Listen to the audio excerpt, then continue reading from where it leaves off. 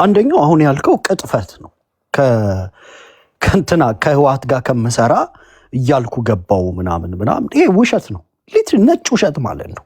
አንደኛ እኔ ይህ እንዲያውም የህወሓት አጀንዳ ከመጣ በኋላ የተወሰኑ ፋኖች ለማነጋገር የራሴን የቤት ስራ ለመስራት ምናምን የሞከርኳቸው ነገሮች አሉና በዚህ ደረጃ ሚዲያ ላይ የሚያስደልቅም ምንም ህወሓት ምናምን የሚያስብል ሲጀመር አብዛኛው የትግራይ አክቲቪስቶችንም ቀረብ ብሎ ላናገረ ቲፒኤልኤፎች ከዚህ በኋላ አብይ ጋር አይዋጉም፣ ደክሟቸዋል። አሚን በጣም የሆነ ነገር ገፍቶ መንግስት የተዳከመ ከመሰላቸው በዛ ላይ ካፒታላይዝ ሊያደርጉ ይችላሉ።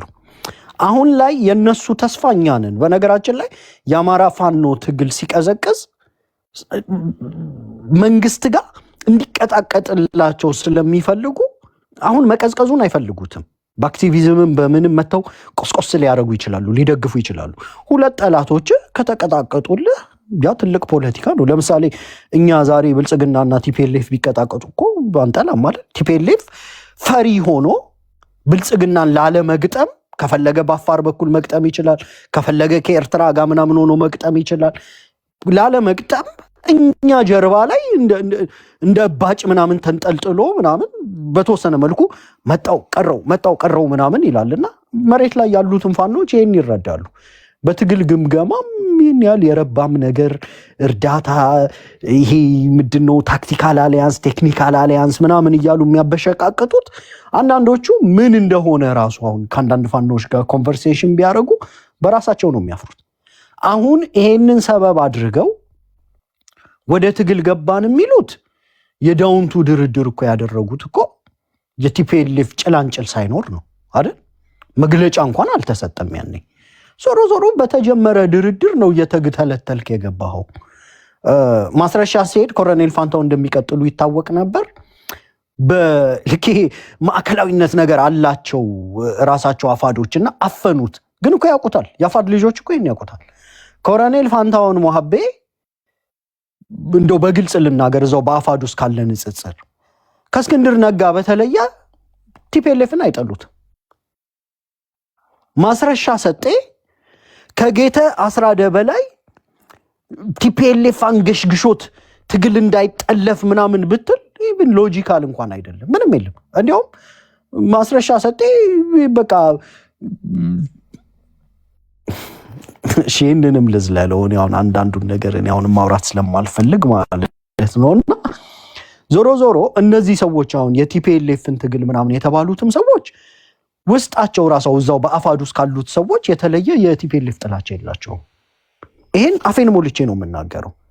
እነ ባንደግፍም የአፋድን አደረጃጀት እነ እስክንድር ነጋ ልጃቸው እስር ቤት ሲወለድ እዛው በቲፒኤልኤፍ እኮ መከራ ይበሉ ሰዎች ናቸው አይደል? ለቲፒኤልኤፍ የተለየ ፍቅር እንደማይኖረው መገመት እንችላለን። ማስረሻ ሰጤ ከእስክንድር ነጋ በላይ ቲፒኤልኤፍን ጠልቶ ከቲፒኤልኤፍ ጋር ከምንሰራ ብሎ ምናምን ገባ የሚል የቀጣፊ ትንተና ነው። ይሄ ውሸት ነው። በአጠቃላይ ሆዳም ስለሆነ ሰልችቶት አቋራጭ ስለሚፈልግ ከዚህ በፊትም የተደረጉ ድርድሮች ስለሆኑ ኢቭን ጠቀም ያለ ገንዘብን ያካተተ ስለሆነ ቅድም ያሳዩን አይነት መኪናዎች ስለሚናፍቋቸው ለወትሮም ላይፍ ስታይላቸው ከጫት ቤት ከሴቶች ከማባለግ ምናምን ጋር የተያዘ ማስረሻ ሰጤ በዛ መልኩ በብዙ የሚታማ ሰው ነው እኮ አይደል? ያው በዚህ ትግል ውስጥ መቼም እንደ አዲስ ተጠፍጥፈው ሰው ሆኖ መጥቶ ምናምን ከተሳተፈ እንደው ኢትስ ኦኬ ብለን ነው እንጂ የሆነ ዘላቂነት የሌለው ምናምን አይነት ነገር የአማራ ትግል ሆይ ሆይ ሲል አብረው የሚያብዱ ከዛ ደግሞ ከተወሰነ ጊዜ በኋላ ያ ህይወት የሚናፍቃቸው ያው ዞሮም ደግሞ ወደዛ ውስጥ ነው የተዘፈቁበትና የቲፒኤልኤፍ አጀንዳ ከጥያቄ አውጣው። በአጠቃላይ አሁን እጅ የሰጡት ውስጥ ወደፊት ሊሆን ይችላል ተነጋግረው በቲፒኤልኤፍም ጉዳይ በሌላም ነገር ጉዳይ የጋራ ወዳጅ የጋራ ጠላት የጋራ ግምገማ ካላከሉ ትግሉ ለሁለት የመሰንጠቅ ዕድል ሊኖረው ይችላል። አንድ ነገር ለበለሽ ነገ የሚሰራ ድራማ ይኖራል። ያው ሲገቡ ዝም ብሎ አይደለም። አሁን ኮሎኔል ፋንታው ሞሐቤ ገብተው ብልጽግናው ዝም ብሎ እንትን እንደማይል ታውቃለህ። ምን አይነት ድራማ ሊሰራ እንደሚችል በደንብ ይገመታል። ነገ የሚባሉት እያንዳንዶቹ ነጥቦች በእነዚህ በተለይ ደግሞ ቲፒኤልኤፍ እና በቲፒኤልኤፍ ዙሪያ የሚሰሩ ፕሮፓጋንዳዎች አሉ። ነገ ነገ በሚሰጡት መግለጫዎች ዙሪያ ራሱ በተነተነው ማለት ነውና ይሄንን ነገር ዝም ብለን በመዝለል ሳይሆን በደንብ ጠበቅ ያሉ ሀሳቦች መስጠት አለበት ብዬ ነው እኔም ለአንተ ጥያቄውን ያቀረብኩት። ምክንያቱም ነገ የሚሰጡ በጣም ሁለቱ በያፋድ እነዚህ አመራሮች እየተቀባበሉ የሚሰሩ ዶክመንተሪ ይኖራል፣ ምንም ሳይውል ሳያድር ማለት ነው። ያንን ነገር በስነ ስርዓት የሚከሽፍበት በተለይ ደግሞ አመራሮችን ወደ ሌላ እነሱ ናቸው ያሳደዷቸው ከህወሓት ጋር ስለሚሰሩ ነው የሚባሉ የተለያዩ ድራማዎችን በደንብ እንደሚያዘጋጁ አንተ በደንብ ስለምትረዳው እዛ ላይ ትኩረት እንድታደርግ ብዬ ነው። ይቀጥል፣ ይቅርታ ስላቋረጥኩ። ያው ሰሞኑንም እኮ ያንን ነው አይደል አንዳንድ ሰዎች ሲሉ የከረሙትና ግን አሁን ላይ ሰው ኦኬ አንዴ ሊሳሳት ይችላል ወይም ፕሮፓጋንዳ የሚሆንለት መስሎት ሊሞክር ይችላል። አሁን ላይ ግን ከዚህ ካረጀ ትርክት ጋር መጣበቅ ራሳቸውን እያዋረዱ ነው የሚሄዱት። ቲፒኤልኤፍን እኛም እንቃወማለን። ቲፒኤልኤፍ ይህን ያህልም ስር ሰዶ በትግላችን ውስጥ የገባ ነገር የለም። በኤርትራ በኩል ራሳቸው አፋዶችም ግንኙነት ነበራቸው። ከዛ ጋር ተያይዞ የቲፒኤልኤፍ ጋርቤጅ ከኤርትራ ጋር ካደረገው ግንኙነት ጋር ተያይዞ እየተንጠባጠበ ይመጣ ሊሆን ይችላል።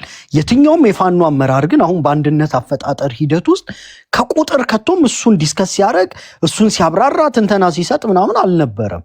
እና አሁን ይዘው ነገ ከነገ ወዲያ ይዘው ሊመጡ የሚችሏቸው ነገሮች እንዳልከው አንደኛው ቲፒኤልኤፍ ነው። ያው ኮሎኔል ፋንታውንም ማስረሻ ሰጤም እንደዛ አይነት ነገር ነው የጀመረው። አሁንም አንድ ኢንተርቪው ያየው ነበርና በቃ ሊሉ የሚችሏቸው 4-5 ነገሮች ናቸው። ይኸውልህ አንደኛው የቲፒኤልኤፍ ጉዳይ ላይ ነው ካፒታላይዝ ሊያደርጉ የሚችሉት። እሱን አክሽፈነዋል እኛ። የለም አንድ ድርጅት እኮ ሲፈጥሩ በስራ አስፈጻሚ ሊወያዩ ነው አንድ ድርጅት የሚፈጥሩ። በቲፒኤልኤፍ ጉዳይ አንድ ድርጅት ፈጥረው ይምጡ እያልን ስንጨቀጭቅ የነበረው ሻቢያንም በለው ብልጽግናንም በለው ቲፒኤልኤፍም በለው ሱዳንንም በለው ግብፅንም በለው በስራ አስፈጻሚ ቁጭ ብለህ ነው የምትወያየው። ፒኤልሲ አይደለም የምትከፍተው። የተወሰነ ግለሰብ ለምሳሌ አርበኛ መሬ ወይ ኢንጂነር ደሳለኝ የሆነ ነገር ቢፈልግ በግሉ ማስፈጸም የሚችለው ነገር የለም። አስተሳሰቡን ወደ ስራ አስፈጻሚ ይዞ ይሄዳል። ስራ አስፈጻሚው ከተስማማበት ስራ አስፈጻሚው የወሰነው ነው የሚሆነው። ቅሬታ ካለህ እዛ ውስጥ ነው የምታቀርበው። ክርክር ካለህ እዛ ውስጥ ነው የምታቀርበው። በማጆሪቲ ቮት ያሸነፈው ገምግመው ለአማራ ህዝብ ይጠቅማል የሚለውን ይዘው ሊመጡ ይችላሉ። ቲፒኤልኤፍ የሚባለው አንድ ድርጅት ፈጥረህ ከመጣህ በኋላ ጣትህን የሆኑ ሰዎች ላይ መቀሰር አትችልም። የፈጠርከው ድርጅት መዋቅሩን ይመራል። መዋቅሩ በሚያደርጋቸው ነገሮች ላይ የጋራ ውሳኔ ይሰጣል። ሊቀመንበር ይኖረዋል፣ ጸሐፊ ይኖረዋል፣ ፕሮፓጋንዳ ይኖረዋል፣ ምናምን ይኖረዋል። በዋናነት ግን ደግሞ የስራ አስፈጻሚ ይኖረዋል።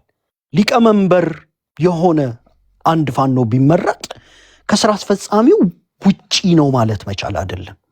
ይሄ እኛ እንደምናስበው ይሄ እንደ ክላሲካል የአድሚኒስትሬሽን ሃይራርኪ በቃ ከሌ ሊቀመንበር ሆነ ማለት ከሌ ፕሮፓጋንዳ ሆነ ማለት በቃ ከሌ ፈላጭ ከሌ ቆራጭ ምናምን አይደለም። ስራ አስፈጻሚ አለ እኮ። ስራ አስፈጻሚው ከ9 ከ13 ምናምን ኮሚቴ ልታዋቅረው ትችላለህ። ኦኬ በቀጠናው ምን ኃይሎች አሉ?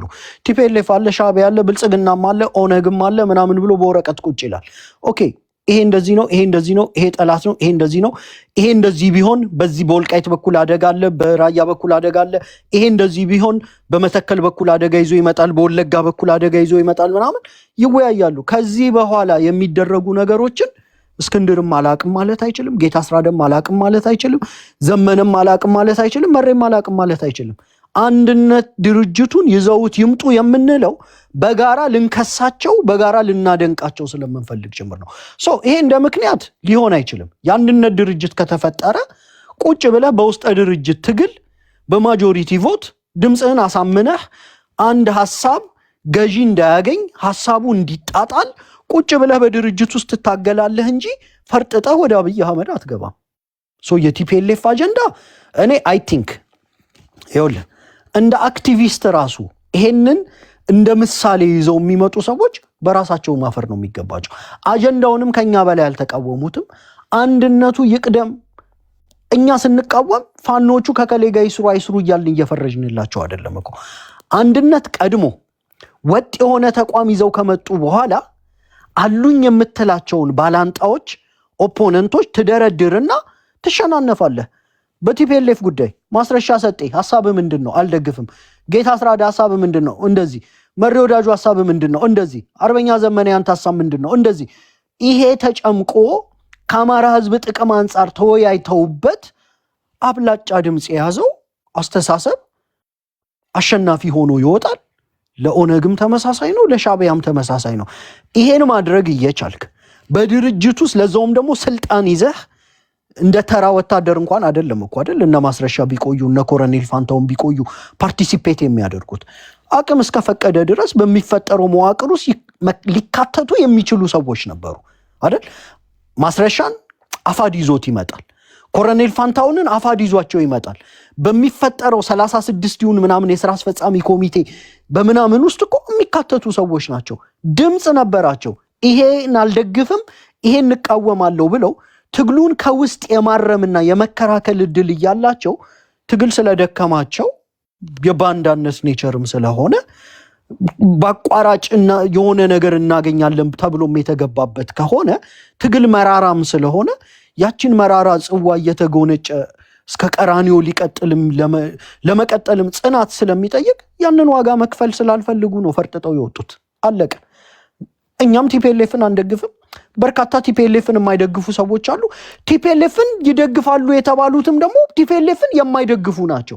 እድሜ ዘመናቸውን ቲፒኤልኤፍን የተቃወሙ ናቸው።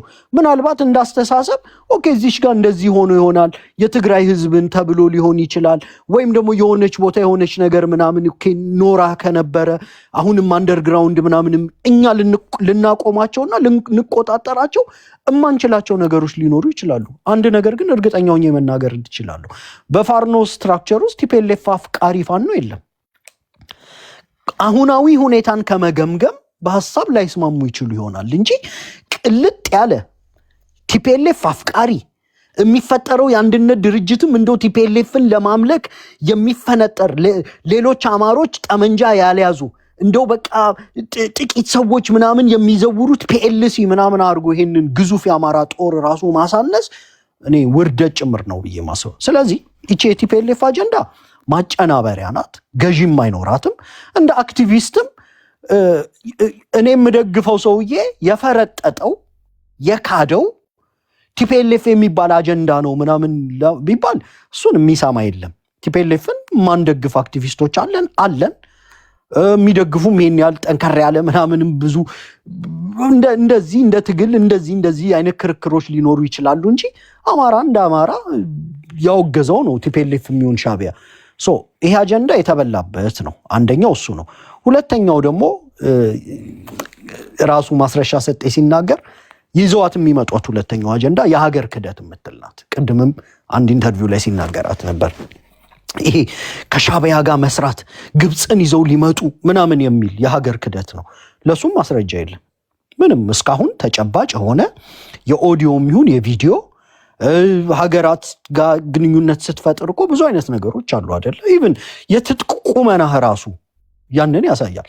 ከግብፅ ጋር ግንኙነት ያለው ፋኖ የድሮን መከላከያ እንደሚኖረው ግልጽ ነው ማለት። አሁን እንደ ፋኖ ከሀገራት ጋር ከውጭ ሀገራት ጋር ግንኙነት ከፈጠርክ መቼም የተጣመመ ቀልሃ ልትቀበል አትሄድም። ትግልህ ላይ ከፍተኛ አደጋ የሚያደርሱብህን ነገሮች እሱን ለመቀልበስ የሚያስችል የጦር መሳሪያ ምናምን ነገር ነው የምትጠይቀው። እንግዲህ የድሮውን ማክሸፊያ በየትኛውም የፋኖ አካባቢ እስካሁን አልታየም። ከሀገራት ጋርም ግንኙነት ፈጥረዋል ለማለት የሚያስችል ምንም አይነት ነገር የለም። ቢያደርጉም ደግሞ መብታቸው ነው። ግን ደግሞ እስካሁን በይፋ ወጥተው እነሱ የነገሩን ነገር የለም። ጭቆናው በደሉ ቅኝ ግዛት ውስጥ ነን ብዬ ነው የማስበው። ቅኝ ግዛት ውስጥ ከቀጠለ ድረስ ኦፍኮርስ ኤኒ አማራጭ እጃቸው ላይ ሊጠቀሙ ይችላሉ። የሚፈልጉትን ከሰጣቸው ሌሎች አማራጭን ላይ ይጠቀሙ ይችላሉ። ትግሉ የሰርቫይቫል ነው። ለመኖር ግን ምንም ሊያደርጉ ይችላሉ። ነገር ግን አሁን ላይ ምንም አይነት ከውጭ ሀገራት ጋር እንደዚህ በግልጽ ሰርተዋል ምናምን የሚያስብልም የለም። ይቺ የሀገር ክህደቷ አሁን ሰሞኑን ከመጣችው ይቺ የኤርትራ ምናምን የወደብ ድለቃ ጋር ከሷ ጋር እንድትሄድና ኢትዮጵያ ውስጥ ያለውንም ኦዲየንስ ኢጎ ምናምን ለመመገብ ነው እነ ማስረሻ ይዘዋት የመጡት። ኮሎኔል ፋንታሁን ሞአቤም እዛ ላይ ተጨምሮ ምንም በንግግርም በፕሮፓጋንዳ ሊያደርስ የሚችል ብዙም ዳሜጅ የለውም። ኮሎኔል ፋንታሁን ይህን ያህል ኦራተርም ተናጋሪም ምናምን ተብሎ እንዶ በትንተናው የአማራን ትግል እንዲህ አሁን ጌታቸው ረዳ ህወሓትም በታትኖታል አይደል? ጌታቸው ረዳ ለአብይ የጠቀመውን ያህል ማስረሻ ሰጤና ኮሎኔል ፋንታሁን ሙሀቤ ተደምረው የአማራ ፋኖ ትግል ላይ አደጋ ላይ ያደርሱ አይችሉም። ምንም አያመጡ። ማስረሻም እየተንተባተበ ነው መግለጫ የሚሰጠው ሊል የሚችለው በቃ ኤርትራ በዚህ ወጣች ምናምን ኢቭን በፕሮፓጋንዳ እንኳን ሲያወራ ይሄ አንዳንዴ ዲኮንስትራክት አድርገ በጣም አደገኛ ንግግሮች አላ እንደ ጌታቸው ረዳ አሁን ጌታቸው ከወጣ በኋላ እያንዳንዱ መድረክ ላይ ህወሓትን በቃ ይሄ እንዲህ ብትን እያደረገ ቆማ እንዳትሄድ ነው ያደረጋል። እነዚህ ሰዎች የሚሰጧቸውም ኢንተርቪው የሚታወቁ ናቸው። ኦኬ በኤርትራ ጉዳይ እንደዚህ ነው አገር ክደት ምናምን ወደብ ምናምን ይለዋል። እሱን ያው እዚህም ይነግሩሃል እና ያና ምናምን ብዙ ችግር የለውም። የቲፒኤልኤፍ አጀንዳም የተበላ ነው። ፎር ዳት ማተር ቲፒኤልኤፍ በሌላው ግልባጭ ጌታቸው ረዳ ሆኖ ከአብይ ጋር እየሰራ ነው። እንዲያውም ይግረማችሁ ተብሎ ነገ ደብረ ጽዮን ራሱ ከአብይ ጋር ቁጭ ብሎ ማስረሻ ሰጤን ጠርቶ ሊያሽቆጠቁጠው ይችላል። አብይ ከቲፒኤልኤፍ ጋር አልሰራም አላለም። አብይ ያለው ምንድነው? ቆይ አብይ ቲፒኤልኤፍ ጠላት ነው አለ እንዴ? አብይ ያለው የኔን ስልጣን አክብሩ፣ ስልጣኔን አትገዳደሩ፣ ምርጫ ይደረግ፣ ኮንስቲቱሽን አክብራችሁ ኑሩን ያላቸው ቲፒኤልኤፎችን። አብይ እኮ ነገ ከደብረ ጽዮን ጋር ቁጭ ብሎ መግለጫ የመስጠት እኮ ፕሮባቢሊቲ ይኖረዋል። ቲፒኤልኤፍን ተጸይፌ ወጣው ብለህ ከቲፒኤልኤፍ ጋር አንድ አጀንዳ ይዘህ አብይ በጠራው ስብሰባ ውስጥ በአንድ አዳራሽ ውስጥ የመቀመጥ እድላቸው ሁሉ ሰፊ ነው እና እነዚህ ሁለት አጀንዳዎች የሞቱ ናቸው። ሁለተኛ ደግሞ ሌላ ይዘው የመጡት ገበሬው ተማረረ፣ እንደዚህ እርምጃ ተወሰደ ምናምን የሚል ደግሞ አጀንዳ ይዘው ነው የመጡት አይደል?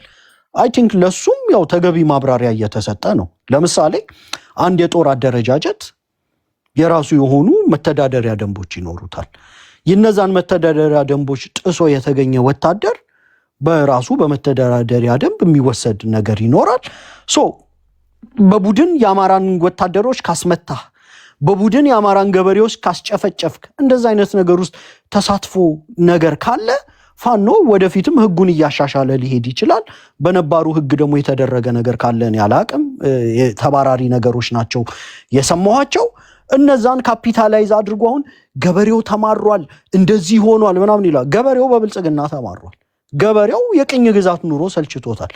ገበሬው ጅራፍ ይዞ ማዳበሪያ ብሎ ሲጠይቅ በቆመጥ በዱላ ምናምን ነው አይደለ?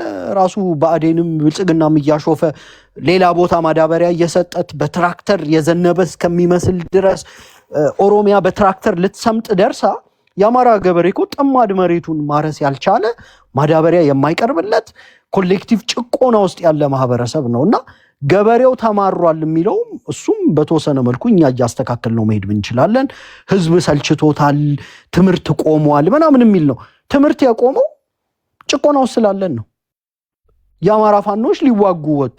ለምን? በሰልፍ በምናምን በተቃውሞ ሞከር ነው ይሄንን ስርዓት። አይ እጅ ማጣመር ብቻ ጫካ ገብታችሁ ሞክሩን።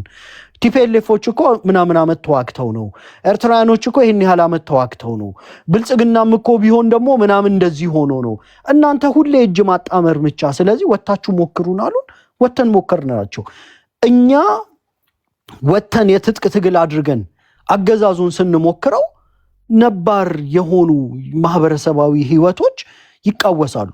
ትምህርት አንዱ ነው፣ እድር አንዱ ነው፣ ዕቁብ አንዱ ነው።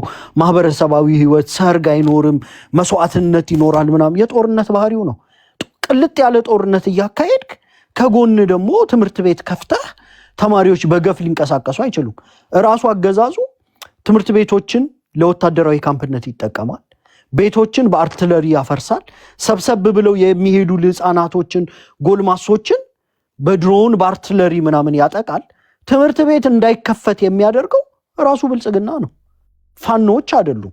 ስለዚህ እነ ማስረሻ ሰጤ ይዘው የሚወጧቸው መከራከሪያዎች ሰምራይዝ ላድርገውና ላብቃ። አንደኛው የሀገር ክደት የሚሉት ነው። እሱ ብዙም የሚያስኬድ አይደለም። ያው አንደኛ ተጨባጭ ማስረጃም የለም፣ ሁለተኛ ደግሞ የህልውና አደጋ ውስጥ ስለሆንን ያንን ለማስከበር ፋኖ ኤኒ አማራጭ ቢወስድም ያው የትጥቅ ትግል ባህሪው ስለሆነ ማለት ነው። እሱ ብዙ የሚያስኬድ አይደለም። የቲፒኤልኤፍ አጀንዳም ብዙም ይሄን ያህል ውሃ የሚቋጥር አይደለም። እንዲያውም አስታውሳለሁ አንድ ወቅት ላይ ቢቢሲ ምንድን ነው ያለው? መንግስት የሚቆጣጠራቸውና ፋኖ የሚቆጣጠራቸው ቦታዎችን አነጻጽሮ የሰብአዊ መብት አያያዙ ፋኖ የሚቆጣጠራቸው ቦታዎች ይሻል ነበር ይላል። ይሄ ቢቢሲ፣ አምነስቲ ኢንተርናሽናል ምናምን ያወጡት መግለጫ ነው የምነግርህ። ፋኖ በሚቆጣጠራቸው አካባቢዎች በተሻለ የሂውማን ራይት አያያዙ ጥሩ ነበር ይላል። በተቃራኒው መንግስት የተቆጣጠረባቸው ጎንደር ላይ የ5 ዓመት ወንድ ልጅ ተደፍሯል። ወንድ ልጅ ማለት ነው። ይሄ በመከላከያ የተደረገ ነው፣ ሪፖርት የተደረገ ነው። ላሊበላ ላይ ለእናቷ መድኃኒት ልትገዛ የወጣች ስሟን ረሳሁት፣ ይቅርታ። ይሄ እንግዲህ አርቲክል የተጻፈበት ነው።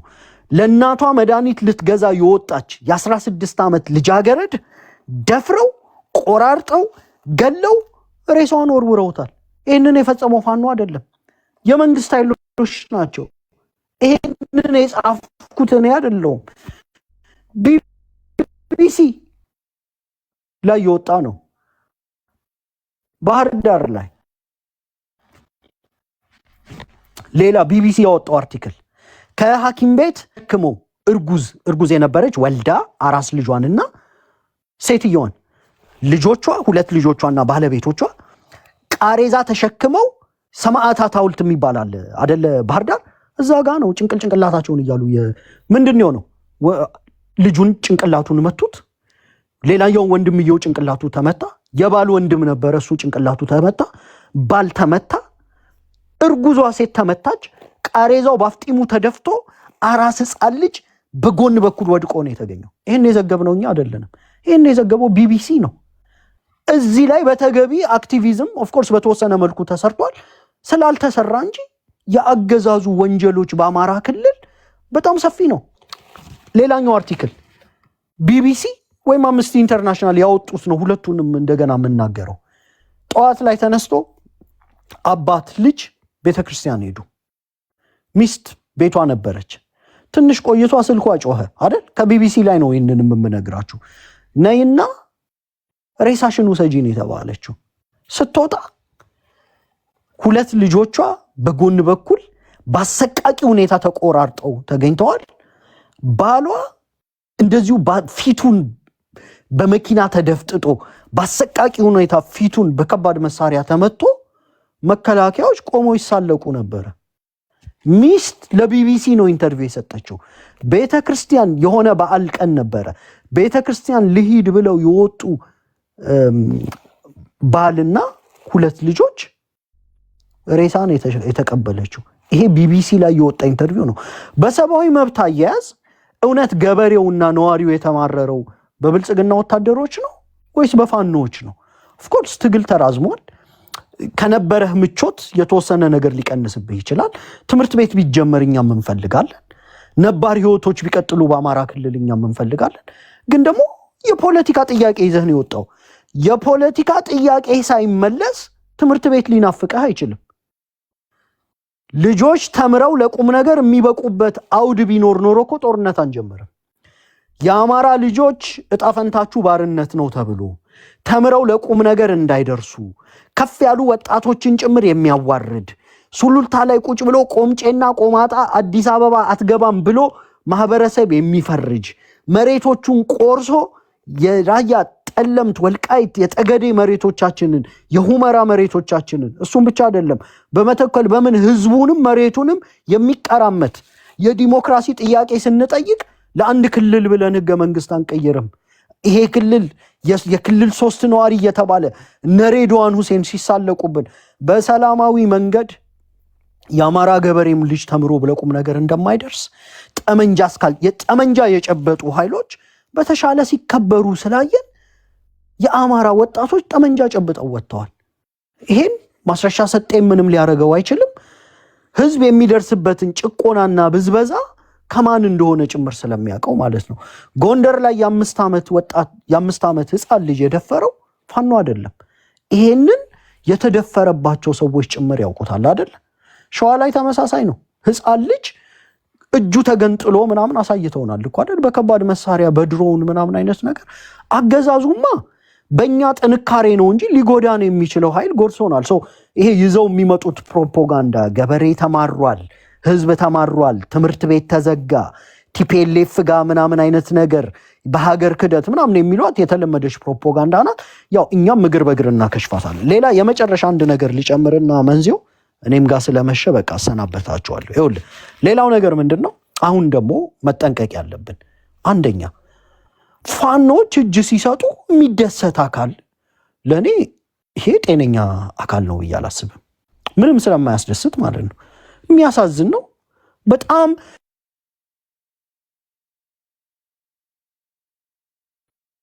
እሰማለሁ። እሺ አጠናቅቄ በዛው እንደሄድ ነው። አሁን ቅድም አንተ ያልከው መጠንቀቅ ያለብን ነገሮች አንደኛ እኔ ደስተኛ እንዴት ሰው ሊሆን ይችላል? ኮሎኔል ፋንታሁን እኔ አፋድን አልደግፍም። ማስረሻ ሲገባ በጣም አዝኛለሁ። ቆራጡ እጅ ሲሰጥ በጣም ነው ያዘንኩት። ቢሆን ደስ የሚለኝ እጅ ባይሰጡና ቢዋጉ ለአማራ ህዝብ ስለነበር። ሪሶርስን ያባከን ነው፣ ፕሮፓጋንዳ ነው የሚሰራብን። እንደ አማራ ኪሳራ ነው። በነገራችን ላይ አፋድ የውስጥ ቆሻሻውን እየሸፈነ ማስረሻንም ሲሸፍን፣ ኮረዴኑንም ሲሸፍን፣ ሌሎችንም ሲሸፍን፣ አንዳንዶቹን ደግሞ ለሚሽን ልኪያቸው ተመለሱ እያለ አንዳንዶቹ ደግሞ እንኳን ሄድክ በሰላም ገባ ምናምን እያለ ኃጢአቱን ሲያቆነጅ እሱ ነው እንጂ የሚያበሳጨኝ። የአፋድ እኮ ወታደሮች እኮ የአማራ ወታደሮች እኮ ናቸው።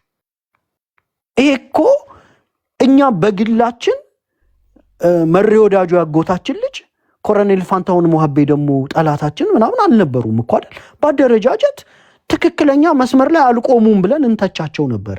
ትክክለኛ መስመር ላይ ቆመዋል፣ በመርህ ነው የሚታገሉት ብለን የምንሳባቸውን ደግሞ እነ ኢንጂነር ደሳለኝ፣ እነ ዘሜ፣ እነ መሬ፣ እነ ሀብቴ ምናምን ደግሞ እስከ መጨረሻ ደግፈናል።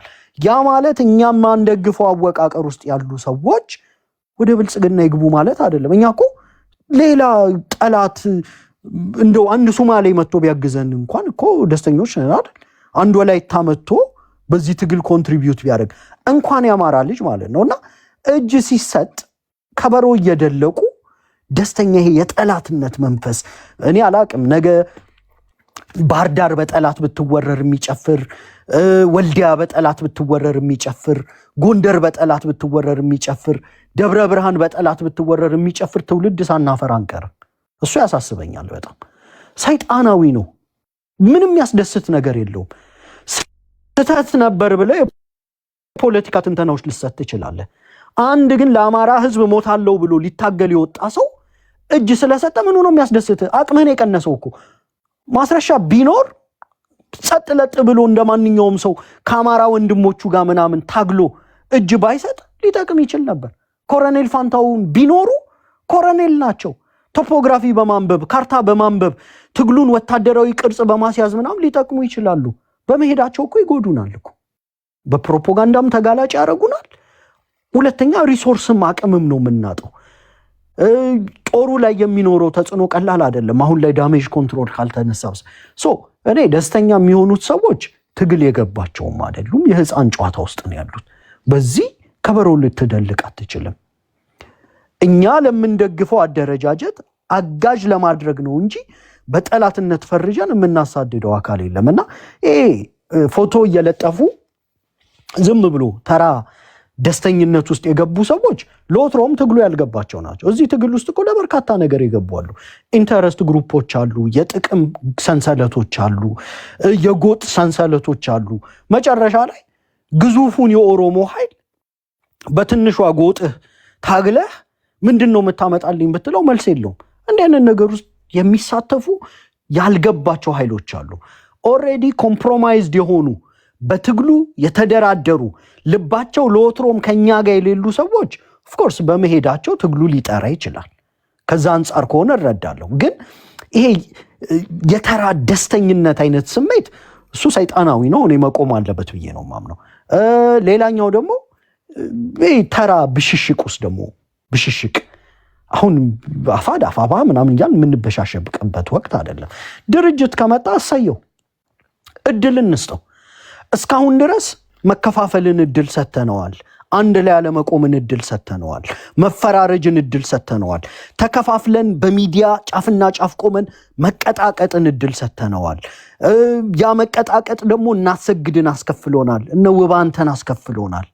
በርካታ ጀግኖችን አስከፍሎናል። እነ ፋኖ ሰለሞንን አስከፍሎናል። በርካታ ሰዎችን ያስከፈለን። እድል ያልሰጠነው ምንድን ነው? ወጥ የሆነ የአማራ ጦርን ነው እድል ያልሰጠነው። አንድነት ብለዋል፣ ጥሩ ነው። የምንደግፋቸውም የማንደግፋቸውም ሰዎች ነበሩበት። በርካታ ጥፋቶች ነበሩ፣ ዳሜጆች ደርሰዋል። እነዛን ዳሜጆች ጠግነው ተቋም ይዘውልን ከመጡ ለዛ እድል መስጠት አለብን። አፋባህና አፋድ የሚባል አደረጃጀት እየከሰመ ነው ብለው እየነገሩን አፋባህና አፋድ ብሎ መበሻሸቁ ራሱ እኔ ጥቅሙ ምን እንደሆነ አይታየኝም። ቢጠቅም ስለምገባበት ነው። ይሄ አጉል ደስተኝነቱም ቢኮዝ ነገም ሌላም ሰው ሊገባ ስለሚችል ማለት ነው። የሆነ ኃይል በገባ ቁጥር በጎጥ እየቆምን ወይ በሆነ ፍላጎት ጎጥ ብቻ አይደለም በሆነ ፍላጎትም ወይ እኔ ልክ ነበርኩ። ለምሳሌ እኛ ስለ አፋድ የሰጠናቸው ትንተናዎች ትላንት የተወሰኑት ልክ እኮ ሊሆኑ ይችላሉ። ጀስት እኔ ልክ ነበርኩ ለማለት ብቻ ነጥብ አስቆጥር ያለው ለማለት ብቻ እንደው በቃ ተራ ደስተኛ የሆንክ መወጣ ከሆነ ፋኖ አንድ አካል እጅ ሲሰጥ በጣም የሚያስተክዝ እንጂ እንደው አስረሽ ምቺው የሚያስደልቅ ሙዚቃ አስከፍቶ ምናምን አይደለም። እኔ ጤነኝነትም አይመስለኝም። እሱ ቢታረም ብዬ እኔ ጠቁማለሁ። ሌላኛው ነገር ደግሞ ተራ ብሽሽቁስ መግባት አለብንም ብዬ አላስብም። እውነት ለመናገር የሚመጣውን አንድነት በጥርጣሬ የሚያዩ ሰዎች አሉ። መብታቸው ነው። በኃላፊነት ይተቹ። እኔም ትንሽ ፔሲሚስት መሆንባቸው ነገሮች ሊኖሩ ይችላሉ። እያቃረኝም ግን እውጠዋለሁ። ምክንያቱም አንድ መሆን አንድ ካለመሆን ሊጠቅም ስለሚችል አንድነቱ በቅንነት የተፈጠረ ከሆነ ከጀርባው ሴራ አዝሎ ካልመጣ እውነት ለትግል የሚፈጠር አንድነት ከሆነ የተወሰኑ ኃይሎችን ለመምታት የማይፈጠር አንድነት ከሆነ ብንሞክረው እኔ ደስተኛ ነኝ። ከሆነ ደግሞ እነዚህን ጋርቤጆች ይዞ የሚመጣ ከሆነ በደንብ እኛም አይተን የዚህ አንድነት ቀስ እያልን እየተቸን ምንቃወመውም ሊሆን ይችል ይሆናል። አሁን ላይ ግን በቅንነት ብንቀበለው ነው። ባጭሩ ስጠቀልለው እነሄኒም አሉ እና አማራ ዛሬ ምናምን ስላሉ አይ ቲንክ ውይይቱ በደንብ ይቀጥላል። እኔ ግን ባጭሩ ስጠቀልለው ምንድነው አንደኛ ነገ ከነገ ወዲያ ሊመጡ የሚችሉ ትርክቶችን ከስር ከስር መከርከም አለብን። የሀገር ክደት፣ ቲፒኤልኤፍ፣ ኑሮ ገበሬው ተማሯል፣ ትምህርት ቤት ተቋረጠ፣ ደግሞ የእርስ በርስ ወይ እርምጃ ተወሰደ ምናምን የሚል 5-6 አጀንዳዎች ይዘው ሊመጡ ይችላሉ። ለ5-6ቱም የሚዲያ ዝግጅት ማድረግ አለብን። አንደኛው እሱ ነው። ሁለተኛው ደግሞ በሚፈጠረው አንድነት ውስጥ በቀጣይ በዚህ ንክኪ ፓተርን አለው። እኔ ፓተርኑ ግጥም ብሎልኛል። ለምሳሌ ማስረሻ ሄደ፣ ማስረሻ ክህደት ሊፈጸም ተሞከረ፣ እንደዚህ ነው ምናምን ተብሎ ተቀባባ። ከዛ አይ ድርድር ነው የቀጠለ ነው ምናምን አለ።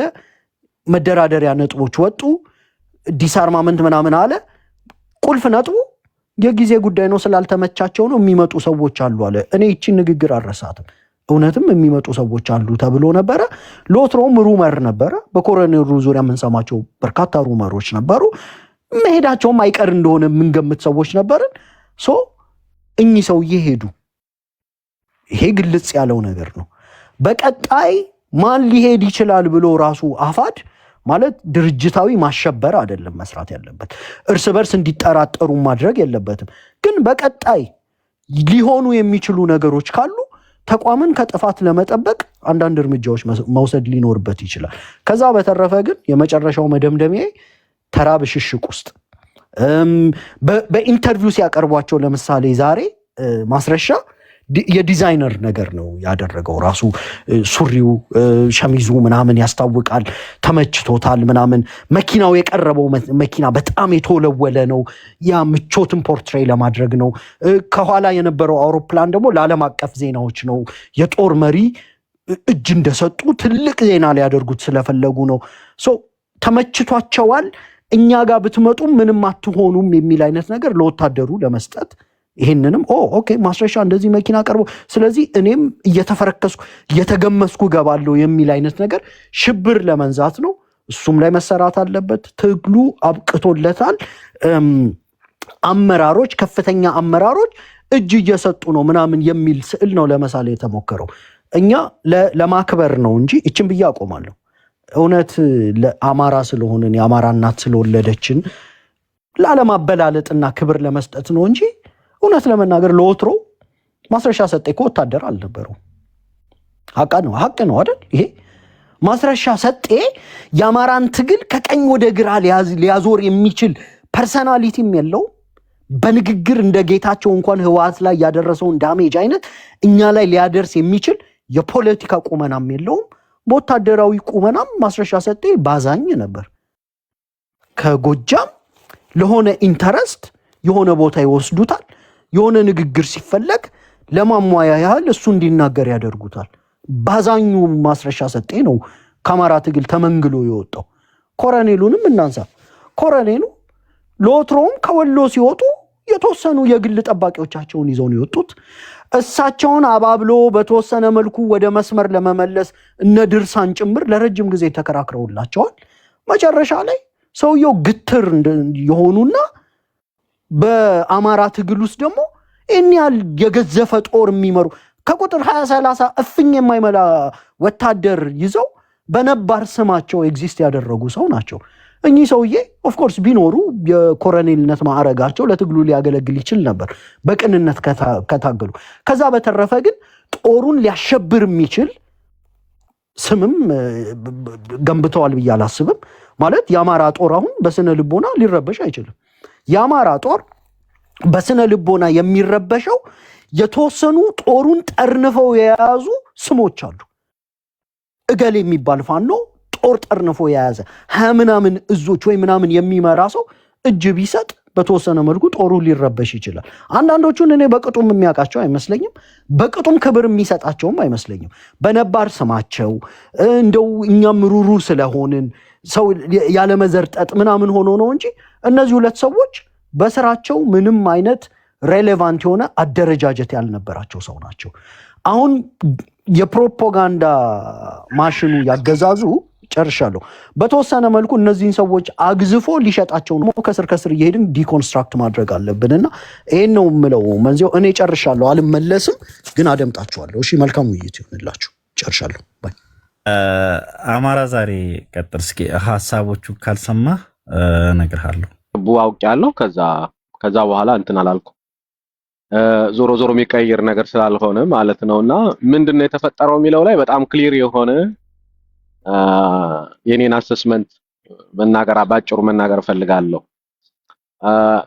ዛሬም የአማራ ትግል ተክዷል። ምንም ሄሮ ምናምን የምናረጋቸው የለም። ማስረሻ ክዶታል። የማስረሻ የአማራ የቁርጥ ቀን ልጅ የመሆን ሌጋሲው አብቅቷል። ከዚህ በኋላ ማስረሻ የሚባል ሰው ባንዳ ነው። ከዚህ በፊትም የሰጡ ሰዎች ባንዶች ናቸው። የአማራ ባንዳ በክፉ ቀን በአማራ የመከራ ቀን ባንዳነት የፈጸሙ ክህደት የፈጸሙ ባንዶች ናቸው። እዚህ ላይ ምንም እንትን የለም። ኮሎኔል ሙሀቤም ሌጌሳቸው እስከዛሬ ድረስ ለአማራ የከፈሉት ዋጋ የተሰቃዩበት እስር ቤቱ ምናምን ሌጋሲ እዚህ ላይ ቆመዋል። ከዚህ በኋላ የእሳቸው ታሪክ መጨረሻው በባንዳነት ነው የተጠናቀቀው። ስለዚህ ይሄን አናቆንጀው። ባንዳ መባል አለበት፣ አይቆነጅም። ኮሎኔሉ ክደውናል። this is fact። ግን ኮሎኔሉ ደግሞ የነበራቸው ሌጋሲ ነበረ፣ ማስረሻ የነበረው ሌጋሲ ነበረ፣ የማይካዱ ሌጋሲዎች ሌሎችም ነበራቸው። ግን አሁን በዚህ ሰዓት በዚህ መከራ ዘመን የሚደረገውን እንቅስቃሴ በተለይ ትግሉን በሚጎዳ መልኩ የተደረገ እንቅስቃሴ ባንዳነት፣ ይሄን መውሰድ ያስፈልጋል። ስለዚህ ምርኮኞችን ወይም እጅ ሰጪዎችን ዲፌንድ እያደረግን እንዳልሆነ እንዲታወቅ ነው ይሄንን ዲስክሌመር የሚመስል ነገር ማስቀመጥ የፈለኩ። እኔ በጣም ኢምፖርታንትና ማየት ያለብን ብዬ ማምነው ለምንድነው እጅ እየሰጡ ያሉት የሚለው በጣም ኢምፖርታንት ይመስለኛል። ለምንድነው እንደዚህ አይነት ያውም ከፍተኛ አመራር ላይ ያሉ ወንድሞች እጅ እየተሰጠ ያለው? የሚቀጥለውን እጅ ሰጭም ለማስቆም ይጠቅማል ብዬ ስላሰብኩ ነው። እንግዲህ ያው ትግል ውስጥ አሁን እንግዲህ ኮሎኔል ወታደራዊ አዛዥ ናቸው። የአፋሕድ ማስረሻ ሰጤ የውጭ ጉዳይ ኃላፊ ነው የነበረ ይታወቃል። ከአፋሕድ 9 ስራ አስፈጻሚዎች 2ቱ ነው የሄዱት። 3ኛ ሰው ናቸው። 3ቱ ሄደዋል። መስፍንም የሰላምና ደህንነት የነበረ ሰው ነው፣ እሱም ሄዷል። እንግዲህ ከዚህ በፊትም ተናግሬዋለሁ። ከ9 ውስጥ አንዱ የነበረው ሀብቴ ነው። እሱም ወደ አፋብኃ ሄዷል። አንደኛው ኮሎኔሉ ነበሩ፣ እሳቸውም አልፈዋል። ስለዚህ ከአፋድ ስራ አስፈጻሚዎች ሲመሰረት ከነበሩት ከ9 አሁን የቀሩት 3 ብቻ ናቸው። ኦልሞስት 4 ወይም 3 ነው የቀሩት። ሌሎቹ ከአፋድ ጋር አይደሉም ወይም ገዛዙ እጅ ሰጠዋል። እና ለምንድን ነው ወይ የካምፕ ለውጥ የሚያደርጉት ወይ እጅ የሚሰጡት የሚለው? በተለይ እጅ የሚሰጡት የሚለው የካምፕ ለውጥስ ችግር የለውም እንደው ከፋኖ ወደ ፋኖ ነው። እጅ የሚሰጡት የሚለው እንግዲህ አፋድ ውስጥ ስልጣን የተሰጠው ሰው ትልቅ አቅም የተፈጠረለት ሰው እጅ እንዲሰጥ አስገዳጅ ነገር ያገኘው ምንድነው ሲባል አንደኛው ያው ከልብ ከሚመነጭ የክህደት ስሜት ቢሆንም ዋናው ለዚህ ግን ገፊ ምክንያቶች አሉ። ሰዎች በሚከበሩበት ሪሌቫንት በሆኑበት ፖዚሽን ውስጥ ኢንቫይሮንመንት ውስጥ እጃቸውን ይሰጣሉ ተብሎ አይጠበቅም። አዝሎንጋዝ እንደው በአዴን ሆኖ የባዴን አጀንዳ ይዘው ስለገቡ እኔ ኮሎኔሉም ባዴን ናቸው ልላቸው አልችልም። እኔ የሚመስለኝ አፋድ ከተቋቋመ በኋላ በአፋድ ውስጥ ያለው ኦቶሪቲ ፌል ስላረገ ስልጣንን የተቆጣጠሩ በጣም ጥቂት ግሩፖች እና ጥቂት ግለሰቦች አብዛኛውን የአፋድ አመራር ኢሬሌቫንት አድርገውታል። ስልጣን አልባ አድርገውታል። የይስሙላ ነበር። አሁን ኮሎኔሉ የጦር ኃይል ይሁኑ እንጂ ጦሩን የሚያንቀሳቀሱ ሰው አልነበሩ። በድርጅቱ ውስጥ የተናቁ የተገፉ ነበሩ። ንቀቱ ከሊቀመንበሩ ከእስክንድር ድምጽ ጀምሮ የነበረውን ውይይት ከአፋድ ከኢጋድ ጋር የነበረውን ውይይት ስትሰሙት በእንግሊዝኛ የሚደረግ ዲያሎግ ለእሳቸው አስተርጓሚ እንኳን እንዲመጣ አልተደረገም። እስክንድርም ሲተረጉምላቸው አይሰማም ነበር። ያ ሁሉ ምልክቶች ናቸው። እሱ ብቻ ሳይሆን በጦሩ በሚያረጋቸው ኦፕሬሽኖች እሳቸው ወጣው መግለጫ የሰጡበት የዛሬ ወታደራዊ እንቅስቃሴ ዓላማ ይሄን ነው የምናደርግ ምናምን ሲሉ ሰምተንም አይተንም አናውቅም። ከዛ ይልቅ የባክግራውንድ ፎቶ ሆነው ነው ያየናቸው።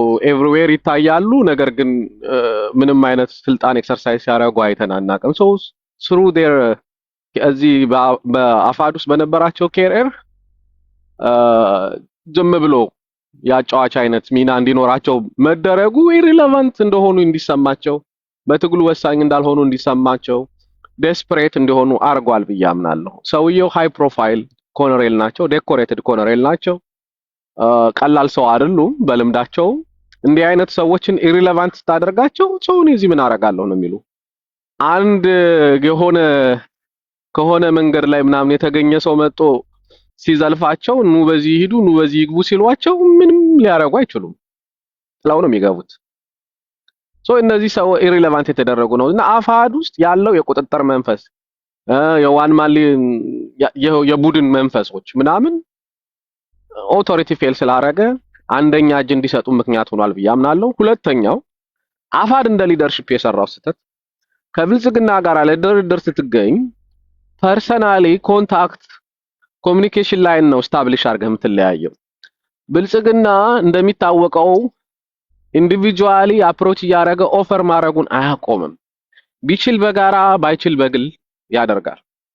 ስለዚህ እነ ማስረሻ አሁን ዳውንት ላይ የሄዱት የሰውየው እኮ ዳውንት ሂዶ እጅ መስጠት ራሱ እኮ በቃ ምልክት ነው፣ ነጋሪ ነው። እዛ አካባቢ ዲፋይንድ የሆነ ስፓት እና ሎኬሽን አለ።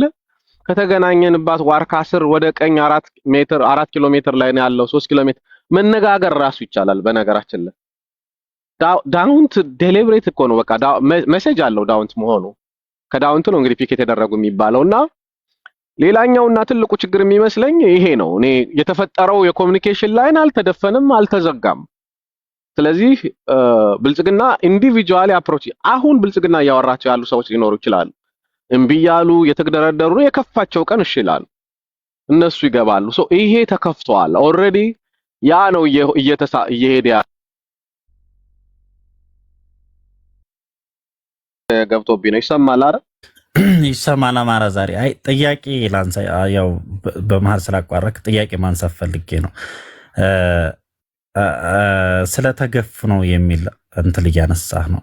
አማራ ዛሬ አለ ነው ማን የወረደው? እየሰማሁ ነው አለው። ያ አይ ይሄን ካልክ ለምንድን ነው ኮሎኔል ፋንታው ሙሀቤ ከመሪ ወዳጁ ጋር እዛ ካለ አደረጃጆች ጋር በጋራ መስራት ያልቻሉት? እንደዚህ አይነት ነገር እያለባቸው ይሄ ነገር ካለ ለምን ከዛ ካለ አደረጃጀት ጋር አብረው መስራት አልፈለጉም? እጅ መስጠት ምክንያት ይሆናሉ በአንተ ግምገማ?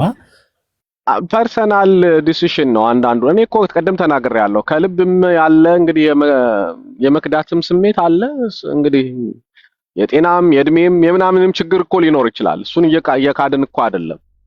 ለምን እነ ምሬ ጋር አልሄዱም? ከመጀመሪያው ጀምሮ እንግዲህ የአማራ ትግል እንደምታውቁት በካምፕ በምናምን የታጠረ ስለሆነ ፐርሰናል ቁርሾዎች ይኖራሉ።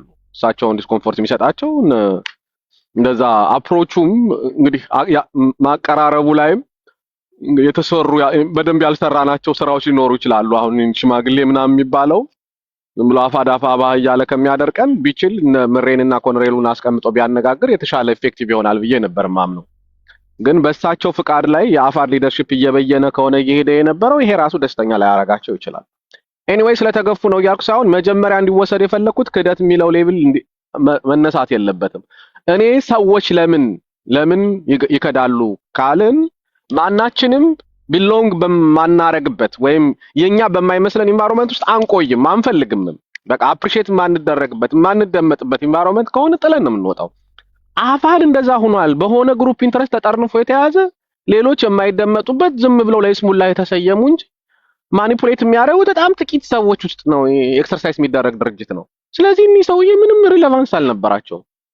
ሰው ሁለት አማራጭ ነበራቸው፣ እነ ምሬ ጋር መሄድ ወይም ደግሞ መንግስት ጋር መሄድ። መንግስትን መርጠዋል። ክህደት ነው መንግስትን መምረጣቸው። እዚህ ላይ ምንም ልንክደው አንችልም። ወደ ምን ላይ ነው የነበርኩት? እና ወደ እንትኑ ስመለስ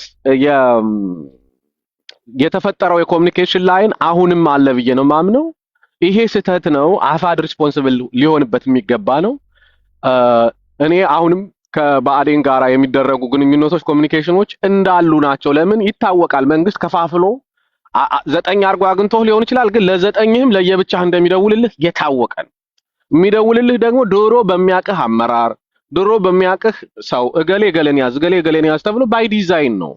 ኮሎኔሉን አሁን አፕሮች የሚያደርጋቸው በትግል የሚያውቋቸው በእስር ቤት የሚያውቋቸው ሰዎች ነው ለኮሎኔሉ የሚደውላቸው። በዛ መልኩ ነው ሚቹዋል ትረስት የምትገነባው። ማስረሻ ሰጤን የሚደውሉለት የሚያውቃቸው በስራ በትግል ምናምን ድሮ የሚያውቃቸው ሰዎች ናቸው።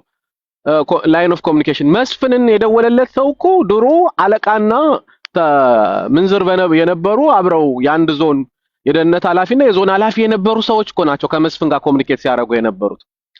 መስፍንም እንግዲህ የፈጸመውን ባንዳነት አይተናል። 3 ሰዎች በተመሳሳይ አፕሮች ነው። ዛሬም ደግሞ እዛ ውስጥ ለቀሩ ሰዎች የሚደውል ድሮ የሚያውቃቸው ለነሱ ቅርብ የሆነና ትረስት ስታብሊሽ ማድረግ የሚችሉበት ቃል የሚሰጣጡት ሰው ጋራ ኮሙኒኬሽኑ ኦልሬዲ ስታብሊሽ ተደርጓል። ይሄ ሪስፖንሲብል መሆን ያስፈልጋል ብዬ አምናለሁ። ለዚህ እንደ ሊደርሺፕ የወሰዱት ፓስ ዳውንት ላይ ለዚህ አብቅቷቸዋል ብዬ አምናለሁ። ይሄን መውሰድ ያስፈልጋል። ስለዚህ ከዚህ አሁን አፋብኃም ውስጥ ያለ ድንገት ከብልጽግና ጋር የመነጋገር ፍላጎት ያለው ኃይል ካለ ይሄን ደጋግሞ ሊያስብበት ይገባል። በተለይ እኩል ኮሚትመንት ውስጥ ያልሆነ ድርጅት፣ እኩል ኢንቮልቭመንት የሌለበት ድርጅት ውስጥ ገና ስትራክቸሩ በደንብ ያልተሰራ ድርጅት ወደ መንግስት ሲቀርብ ወደ ጠላት ሲቀርብ የሚገጥመው መከፈል ነው፣ የሚገጥመው መከዳት ነው እና ይሄ እንዳይመጣ ጥንቃቄ መደረግ ያለበት ይመስለኛል። ሌላው በጣም አጠራጠር አድርጌ ላወራ ሞክራለሁ። ሌላው እንግዲህ እነዚህ እንደ ሁለት ስትሮንግ ሪዝኖች ናቸው ብዬ ባስብም እኔ ቀደም አንድ አስተያየት ሲሰጥ የሰማሁት አሁንም ስለ አንድነት የሚወራ ነገር አለ። ቀደም አፋብኃ የሚባል ነገር አለ። እኔ እንግዲህ የአፋድ 3 ከፍተኛ አመራር ገብቷል። የኮሎኔሉ መግባት ምን ማለት ነው? የማስረሻን አንስተን አውርተናል። ከዚህ በፊት የመስፍንን አንስተን አውርተናል። መስፍን የሰላምና ደህንነት ኃላፊ ነው። ይሄ ሰውዬ የነበረው መረጃ በሙሉ የደህንነት ኔትወርካቸውን ያውቃል። የሚደረጉ ወታደራዊ መረጃዎችን በሙሉ ያውቃል። ኢቭን ያላቸውን የኮሙኒኬሽን ላይን የሬዲዮ መገናኛ ኤቭሪቲንግ የሚያውቅ ሰው ነው።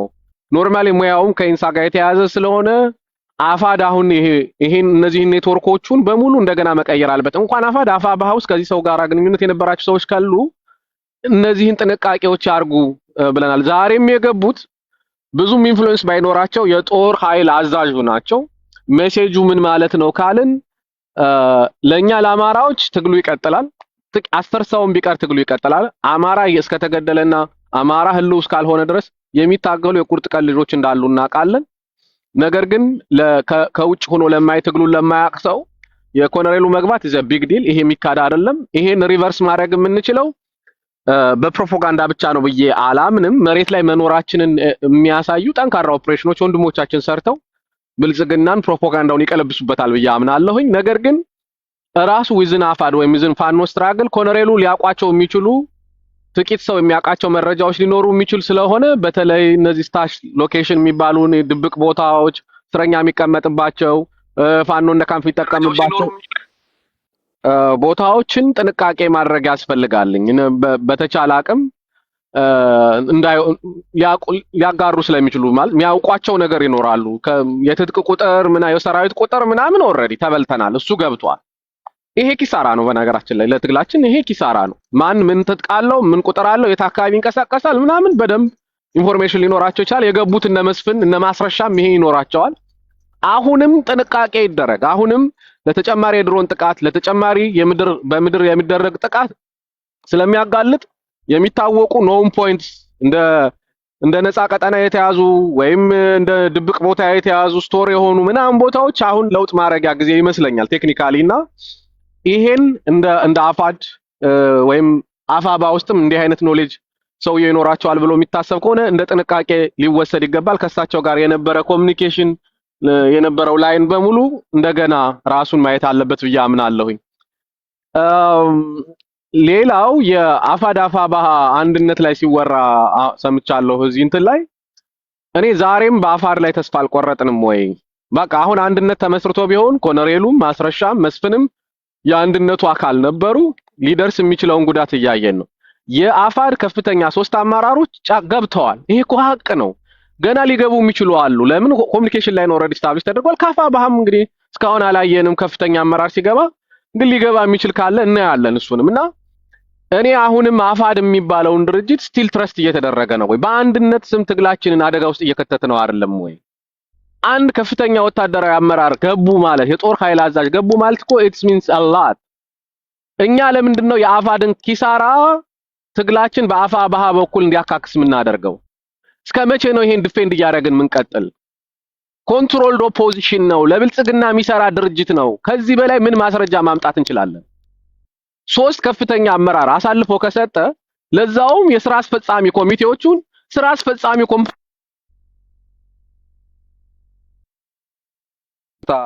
እንትን ላለው እና ምንድነው ጥያቄ ልጠይቅህ በዛው አማራ ዛሬ ያንተንም ሀሳብ ማወቅ ስለምፈልግ ልጠይቅ። እሺ ቀን ከካሳ ጋር በነበረን ውይይት ካሳ ኦፊሻሊ አፋድ ፈርሷል የሚል አቋም ነበረውና እኔ እንኳን አልጋራም። ያው አንተም አሁን እንደማልጋራ ግን ያንተ ግምገማ እሱ ላይ ምንድነው? እንደ ካሳ ትጋራዋለህ የካሳን ሀሳብ አፋድ ፈርሷል ብለህ? አንደኛው እሱ ቆይቻለሁ። ሁለተኛው ልጨምርልህ፣ ቆይ ሰፋ አድርገህም እንድትሰጠኝ ነው። እኔ አላውቅም፣ እኔ ግን እሱን አልጋራም። ሁለተኛው ደግሞ ምናልባት ኮሎኔሉ አሁን በሚመጣውም ድርጅት ኢሬሌቫንት ተደርገዋል ብለህ ታስባለህ? ድንገት ለመሄዳቸው ድንገት እሱም ላይ እስኪ የምጨማምረው ነገር ካለ ቀጥል። ሊሆን ይችላል። እኔ ባይዘ ዩሪ በአፋድ ጉዳይ ላይ ያለኝን አስተያየት በተደጋጋሚ ነግሬሃለሁ። ኢትስ ቢዮንድ ማይ ሆራይዘን ነውና ወደ ብየናውም አይደለም የሚሄደው። ከኔ ሆራይዘን በኔ እይታ ውስጥ የለም፣ በኔ እይታ አድማስ ውስጥ የለም ብዬ ነው የተናገርኩት ከዚህ በፊትም አሁንም ያ ነው። አሁን የተቸገርነው የሌለን ነገር እንዳለ አድርገው እያቀረቡ አሁንም ትግላችን እነሱን ዲፌንድ በማድረግ ድሮ አፋዲክሰም ባልንበት ጊዜ ከስሞ ቢሆን ይሄ ሁሉ ጉዳት አይመጣም። አሁንም ፕሮፓጋንዳው የሚሰራው ሜጀር የሆነ የአፋድ አመራር ያውም የጦር ኃይል አዛዡ ገቡ ነው እና ለዚህ ላይ ለምን ለስላሳ መሆን እንደፈለግን አንዳንድ ሰዎች በጥንካሬያችሁ እናውቃችሁ ሰዎች ፍራስትሬቲንግ ነው ለኔ ኦነስትሊ ማለት ነው። ዲፌንድ እያደረግን ያለነው እኮ ዴይ ኤንድ ናይት የትግላችን ኪሳራ ሆኖ እየመጣ ያለኮ ከዚህ ድርጅት የሚመነጭ ችግር ነው። ለምንድን ነው ይሄንን አውጥተን በአደባባይ ማን ሞግተው?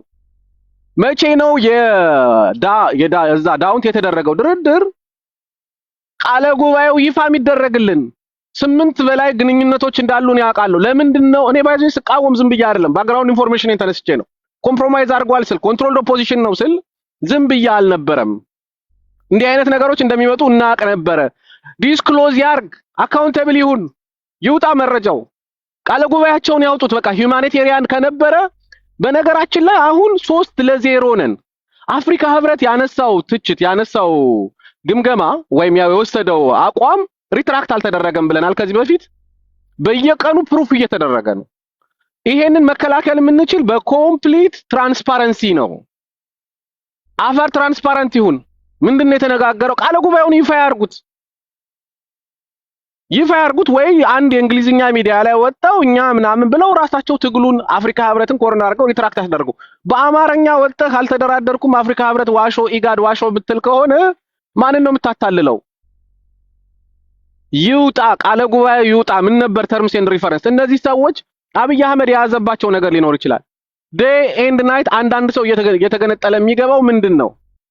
የነበረው ግንኙነት ይነገረን ይውጣ። ዲስክሎዚዮን የህዝብ ትግል በህዝብ ትግል ስም የተደረገ ግንኙነት ነው። 8 በላይ ስብሰባዎች ተደርገዋል። አንዳንድ ስብሰባዎች ላይ አሁን አፋብኃ ውስጥ አመራር የሆኑ ሰዎች ሁሉ ተገኝተዋል። ከዚህ በኋላ ለዚህ ትግል ሎያሊቲውን ሰው ማሳየት የሚችለው እንዲህ አይነት ጸረ አማራ የሆኑ እንቅስቃሴዎችን በማጋለጥ ነው። ይሄ የኮሚትመንት ጉዳይ ነው። ይውጣ። አንድነት ከመመስረቱ በፊት አፋሕድ ከብልጽግና ጋር ወይም ከኢጋድና ከአፍሪካ ህብረት ጋር ያደረገውን ዲያሎግ ፉል ዲስክሎዥር አውጥቶ ይለጥፍ፣ ቃለ ጉባኤውን ይለጥፍ። ከዚህ በላይ ምን እንጠብቅ? የቁርጥ ቀን ልጆች ናቸው የምንላቸው ወንድሞቻችን በየቀኑ እየገቡ ነው። ስለዚህ የአፋሕድን እኔ አለ የለም ስላልኩ አይጠቅም። የአፋሕድ እንቅስቃሴ ትክክል ነው አይደለም ወይም ሰንባዲ ፈርሷል አልፈረሰም ስላለ አይጠቅምም። እኔ ጭራሽ ኮንትሮልድ ኦፖዚሽን ነው አብይ አህመድ ያቋቋመው ድርጅት ነው ወደ ማለት መጥቻለሁ። የባሰ እኮ ነው ይሄ። ለምን መስፍን ነው ኢንጂነር ያደረገው ከምርጫው ቀን ጀምሮ። መስፍን ዛሬ ብልጽግና ጋር ገብቷል። የውጭ ጉዳይ ኮሚቴ የነበረው ማስረሻ ብልጽግና ጋር ገብቷል። የጦር ኃይል አዛዡ ብልጽግና ጋር ገብቷል። ኮሎኔል ሙሃቤ ቀላል ሰው አይደለም ያጣ ነው። ምንድነው የተነጋገሩት? ለምን አይወጣም? ሌሎች ገፊ ምክንያቶች እንዳሉት ውስጡ ቀደም ተናግሬያለሁ። የሆነ ቡድን ተቆጣጥሮታል። ያ ቡድን ሌሎችን ኢሪሌቫንት አድርጓቸዋል። ኦቶሪቲ ፌል አድርጓል። ስልጣን የላቸውም። ይሄ ሀቅ እናውቃለን። ኢቭን እስክንድር ነጋ ስልጣን የለውም አፋሕድ ውስጥ ኢሪሌቫንት ነው። ነገር ግን በዛ ወቅት የተደረገው ዲያሎግ ይውጣ። አሁን ይሄ የመቆጣጠር ፍላጎት ያለውን ቡድን ነው አሁን ደግሞ እንደገና አፋብኃ ብለን ልናመጣው እየሞከርን ያለ ነው። እኔ አሁን በተደረገ አንድ ጥያቄ አማራ ዛሬ በዛው በደንብ እንድትሄድበት ስለፈለኩ ነው። አንድ ጥያቄ ልጨምርልህ። ኦኬ አሁን የአንድነት ድርጅት ከነገ ወዲያ ነው ነገ ይወጣል ብለውናል። አላቅም አንደኛ መረጃ ዝግ ነው ይባላል። ከዛ ደግሞ ነገ ከነገ ወዲያ ይወጣል የሚሉን ሰዎች አሉ። ሶ ቴክኒካሊ ነገ ከነገ ወዲያ ድርጅቱ የሚወጣ ከሆነ ዶንት ዩ ቲንክ አሁን አንተ እያረክ ያለኸው አክቲቪዝም ኢዝ ጀስት አ ዌስት ኦፍ ታይም? ኦልሬዲ መሪዎቹ ቁጭ ብለው ድርጅቱን ሌቨሬጅ ሰጥተው የአንድነት ድርጅት ይዘው እየመጡ ከሆነ አሁን እኮ ነገ የሚወጣ ከሆነ የቦታ ድልድል ሁሉ ጨርሰዋል። እና እንዴት ነው የምታየው እሱን አሁን ካለህ አቋም ጋር ጭምር? እኔ ዛሬ አስኩት አቋም አይደለም ዩሪ። ከአፋሕድ ጋር አንድ መሆን አፋብኃን ኮምፕሮማይዝ እንዲያደርግ ያደርገዋል። አንድነት የሚመጣ ከሆነ በደረጀና በሀብቴ መሃል ወንድማማች ናቸው፣ ልዩነት የለም። በመከታውና በደሳለኝ በኢንጂነር ደሱ መሃል ልዩነት የለም፣ ወንድሞች ናቸው። ችግሮች ሊኖሩ ይችላሉ፣ ተነጋግረው ይፍቱ። አፋሕድ ኦልሬዲ ተበይኗል፣ ኮምፕሮማይዝ አድርጓል፣ የተበየነ ድርጅት ነው ብለን ከዚህ በፊትም ተናግሬያለሁ ዩሪ። እኔ አይ ዶንት ኬር ነገም ቢመጣ እኔ እኮ ግልጽ አድርጌያለሁ። ነገሌን ተሸክማችሁ የምትመጡ ከሆነ ትግላችሁን እኛ እንቃችሁናል። ትግላችሁ ያው ሶሻል ቤዝ ማጣት ተራ ማራ ዛሬ ሊሆን ይችላል ዛሬ የሚወጣው ግን እኔን የሚመስሉ ይሄን ትግል ሞተው የሚደግፉ የነበሩ በየሀገሩ በየማህበሩ በየአደረጃጀት ውስጥ አሉ። እነሱን ሁሉ ነው የምታጡት ነው የተናገረው። ይሄን ፋክት መውሰድ ያስፈልጋል። ገና ለገና እየተነጋገሩ ነው በሚል ከኮንትሮልድ ኦፖዚሽን ጋር የሚደረግ ህብረት ጠርንፎ አፋሕድን ሽባ ያደረገው ስብስብ ባለበት አሁን አፋብኃ ውስጥ አስገብቼ ደግሞ በተለያየ ፍላጎት ሞቲቬትድ ሆነ አፋብኃን ራሱ የቀረው እርሾው እንዳይቀር የትግሉ እርሾው እንዳይቀር አፋብኃንም በዚህ ልክ ኮምፕሮማይዝ የሚያደርግ ወደ አንድነት ይሄዳለው ካልክ ይሄ የዋህነት ነው። ልንጠብቅ ይገባል ትግላችን። ለምንድነው ዩሪ ታዲያ ያን ሁሉ ጊዜ ያለፍከው? እንዴ what's wrong with ያ የነበረህ እንትን ከምን የመነጨ ነው እንዴ? ከግል ሞቲቭህ ነው እንዴ? ትግል ከመጠበቅ የነበረ አልነበረም እንዴ? ከነበረው ዶቶችን ገጣጥመን ከነበረን የፖለቲካ መረዳት አልነበረም እንዴ? አፋሕድን ያን የታገል ነው። ዛሬ ማንም ያምጣው ማንም ለአንድነት ይጥራው ስተት ከሆነ ስተት ነው። ተናጋሪውን ጨምረን መተቸት ነው ያለብን። አንድነት ብሎ የመጣው ሰው ተችተናል። እኔ ተችቻለሁ በግልጽ። ምንድነው የምታወሩት? አፍተር 2.5 years ዛሬ ነው እንዴ አንድነት የታያችሁ? ስንት ዳሜጅ ከደረሰ በኋላ ብለን ተችተናል። አሁንም ቢሆን ከአፋሕድ ጋር የሚደረግ ቅርኝነት አፋሕድ ተፈርጆ ጨርሷል። ሲጀምር አፋሕድ ኮንትሮልድ ኦፖዚሽን እንኳን አፋሕድ እስክንድር ነጋን መጠራጠር ጀምሬያለሁ እኔ አዝ አን ኤጀንት ትግላችን ሊያፈርስ የመጣ እኔ እንደዚህ እስክንድርን ተናግሬው አላውቅም። መጠራጠር ጀምሬያለሁ። በዚህ ልክ ስራ አስፈጻሚ ስራ እንደዚህ ሲከዳን አይቻል አቅም እኔ ሆን ብሎ ካልሆነ በዚህ ልክ አፋድ ውስጥ ቁጥጥር እንደሌለው ያውቃል። አፋድ ውስጥ ጠላት እንዳለ ጠንቅቆ ያውቃል። በውጭ ሀገር ያሉ የራሱ ካምፖች ከሶስት የተከፈሉት የመቆጣጠር ፍላጎት ያለው የብአዴን ስብስብ አፋድን እበላለሁ ብሎ ስለተነሳ ነው። ያውቃል፣ ይነግሩታል። እሱ ምንም ፖዚሽን እንደሌለው ያውቃል። ይሄን ያወቀ እንደገና ይሄንኑ ስብስብ ይዤ አፋባህ ውስጥ ይዤው ልግባ እያለ ያለው እስክንድር ከዚህ በፊትም ተሸክሞብን መጥቷል። አሁንም እንደገና አፈርሳለሁ ነው አፋባህ። እኔ ራሱ እስክንድር ኤጀንት ሳይሆን አይቀርም። we have to be careful በቃ ምክንያቱም መስፍን ከእስር ቤት ጀምሮ ነው እስክንድር የሚያውቀው ወይ ሳያውቅ ወይ እያወቀ እስክንድርን ተጠቅሞበታል።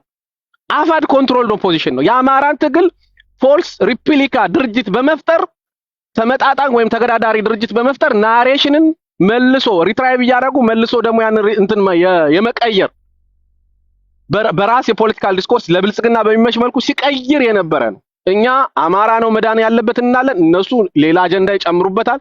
ትግላችን የአይዲዮሎጂ ያደርጉታል። ማአት ነገር እኛ ስለ አማራ በጣም እነሱ ደግሞ መልሰው ሲደራደሩ ይገኛሉ። ከዚህ በላይ ማፍረስ እኛ አማራን አንድ የሚያደርግ ድርጅት እንጂ ድርጅት መፍጠር አይደለም እንላለን። እነሱ ድርጅት ማቆም ላይ ድርጅት አቆሙ የደም ነጋዴ ሌላውን ማለት አላማው ድርጅት ለማቆም አልነበረም። አፋር ሲቋቋም አማራን አንድ የማድረግ 9 የሚዋደዱ ትናንሽ ድርጅቶች ነበሩ።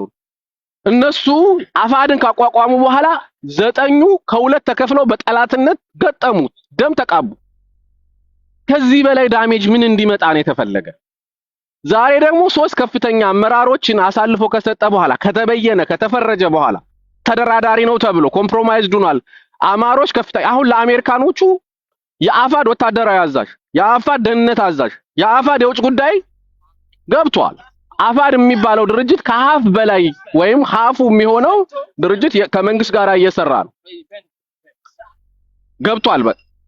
ስለዚህ እኔ አሁን አፋድን አለ ብሎ ለአንድነት የሚጠራው ስብስብ በዚህ ስም ውስጥ ከገባ ከዚህ ስብስብ ጋር ራሱን ከእንትን ካደረገ ራሱ ይወጣው። ብንችል ከዚህ ላይ ቆርሰን የራሳችንን ፋኖ ሲቲዝን የሆነውን ከቤቱ የወጣውን ፋኖ ያልተፈረጀውን ራሱን ችሎ እንዲንቀሳቀስ ኢንከሬጅ አደርጋለሁ እኔ እንጂ ነገም አሁን ጤነኛውን የአፋባህ ስብስብ ስፖይል አድርገው ቻናል ፈጥረው አሳልፈው ለመንግስት እንደሚሰጡት ነው የሚሰማኝ። ከዚህ ድርጅት ጋር የሚደረግ አንድነት አይጠቅምም፣ ለአማራ ትግል አደገኛ ነው። ይሄ ድርጅት ኮንትሮልድ ኦን ፖዚሽን ነው። የአፋባህ አመራሮች የምትሰሙን ከሆነ ያለፍንበት የፖለቲካል ዲስኮርስ ትላንት ኮሎኔል ሙሃቤ ለምሳሌ አንድነቱ የገና ዕለት ተበስሮ ቢሆን ኑሮ አዲስ የተፈጠረው ድርጅት ኮምፕሮማይዝ ሆኗል። ኦልሬዲ ኮሎኔል ሙሃቤ የሚባሉ ከፍተኛ አመራር አዲስ የተፈጠረው የአማራ ድርጅት አመራር ወደ ብልጽግና ገብተዋል፣ ተደራድረዋል ሚል መልእክት ነው ያለው። ነገስ አሁን አንድነት ከተመሰረተ በኋላ አሁንም አንድ ከፍተኛ የአፋድ አመራር ቢገባ ኮሎኔሉ ስልጣን ተሰጥቷቸው ነበረ ወይ አልነበረ ወይ? እኔ አይ ሃቭ ኖ ኢንፎርሜሽን። ኢሪሌቫንት ስለተደረጉ በዚህኛውም በቃ ተስፋ የለኝም ብለው ነው የገቡ ምናምን እሱ ኤክስኪውዝ ነው ዩሪ። ሪያሊቲው አፋድ ውስጥ አሁንም ገና ወደ መንግስት የሚገባ ኃይል አለ። ይሄ ጠርቶ ባልመጣበት ሁኔታ አንድ የፋኖ ድርጅት በሚል ስም ይዘነው ብንመጣ ነገም ጠንካራ ድርጅታችን የሚያፈርስ ሰራዊታችን ተስፋ የሚያስቆርጥ ተግተልትሎ የመግባት ፍላጎት አለ። ስለዚህ ትግራችንን የማክሰም ስራ እየተሰራ ነው። አፋድ የሚባል ድርጅት አማራ ማስቆም ነው ያለብን። this is red line። ይሄንን ካላደረግን ግን እኔ ተናግሬ ነበር ለማለት ያህል አይደለም። ይሄን ተሸክሜ እመጣለሁ ሚል ካለ እንግዲህ ራሱ ይወጣው። አይ ቲንክ ትልቅ ሌሰን ዛሬ ተምረናል። የገና ዕለት ተበስሮ ቢሆን ዛሬ ኮሎኔሉ ገብተዋል። ነገ ተበስሮ ከነገ ወዲያ ማን እንደሚገባ እናቅም። አፋድ ራሱን እስኪያጠራ አንድነት ያስፈልገናል። ቅድም ዩሪስትል እንደነበረው አንድነቱ በዛው ቻሌንጁ የሚቀርባቸው ለሀብቴና ለደረጀ ነው፣ ለመከታውና ለደሱ ነው። ቻሌንጁ የሚቀርባቸው ለአፋባህ አመራር ሳይሆን እዛው በየቀኑ እርስ በርስ የተቆሳሰሉ ያሉ ወንድሞቻችን ይነጋገሩ። ምን ቀረ አሁን እስቲ አፋድ ውስጥ ማን ቀረ? ኮሎኔሉ ከገባ ማን ቀረ? እንዳለ ኢንትረስት ግሩፕ የምንለው ከአሜሪካ ከዩኒቨርሲቲ የገባው ግሩፕ እኮ ነው የቀረ። ቲፒካሊ የአማራ ጠላት ነው የቀረው አፋድ ውስጥ። አሁን አፍራሹ ጠርናፊው ነው የቀረው። ከሱ ጋር የምን አንድነት ነው የምናወራው? ምን ሪሌቫንስ አለው? ከዚህ በኋላ ሻለቃ ብታረገው የክፍለ ጦር መሪ ብታረገው ምን ጥቅም አለው? የትኛውን ፖዚሽን ይዞ ነው ከዚህ በኋላ የሚገባው? እስቲ ንገሩኝ። በቃ ደረጀና መከታ እኮ ነው ያሉት ሪሌቫንት የሚባሉት ሃየር ሊደርሺፑ ላይ የቀረ ከዛ በላይ ሪሌቫንት ፎርስ የለም። በቃ እንደውም ጠላት ነው። ግማሹ የባህሬን ንክኪ ነው፣ ግማሹ የግንቦቴው ንክኪ ነው፣ ግማሹ በረጅም ዲስኮርስ ውስጥ በእስር ቤት ምናምን ባፈራው ወዳጅነት እንደነ እስክንድር ያሉት ኮምፕሮማይዝ ያደረጉ የአማራ ታጋዮች ናቸው። ስለዚህ ምን ቀረ ተብሎ ነው አፋድ ጋር የምንሄድ? እና ጎበዝ ንጹህ ይሁን እንጂ ችግኙ ቡና ያፈራል ካልን የሚያፈራውን አንድ ሁለት እግር መትከል በቂ ነው የሚባለውና ዝም ብሎ ተጃምሎ በጣም ብዙ ስለተከልን ምናምን ትግሉ አይቀየርም። በጣም በንጽህና እንጀምረው። ንጽህናው ደግሞ አፋብኃ ውስጥ አለ።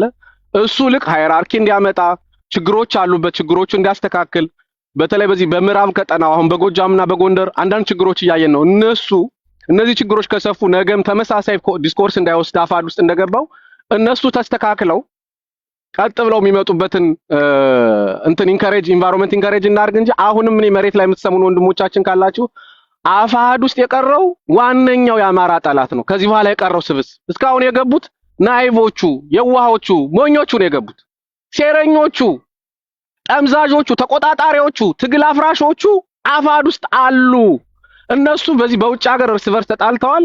እነዚህን ካስገባችሁ እናንተን ይበትኗችኋል። ከዛ ለመንግስት አሳልፈው ይሰጧቸዋል። ትግላችን ይከስማል። this is the fact and reality። እኔ ከዚህ ኮምፕሮማይዝ የሚያደርግ አቋም መያዝ አለብን ብዬ አላምንም። አበዛው ስሜታዊ ስለሆንኩ አንዳንዱ ኮሄረንት ላይሆን ይችላል ያወራሁት ነገር። ታንኪ ወንድሞች። ኔቨር እንዴት ነህ? ሰላም እንዴት ናችሁ? ሰላም ብያለሁላችሁ ነው። እንግዲህ እናንተን ምናልባት አላገኟችሁም። አዲስ ታይምስ ጋር ትንሽ ሀሳቤን ገልጬ ነበር በዚህ ጉዳይ።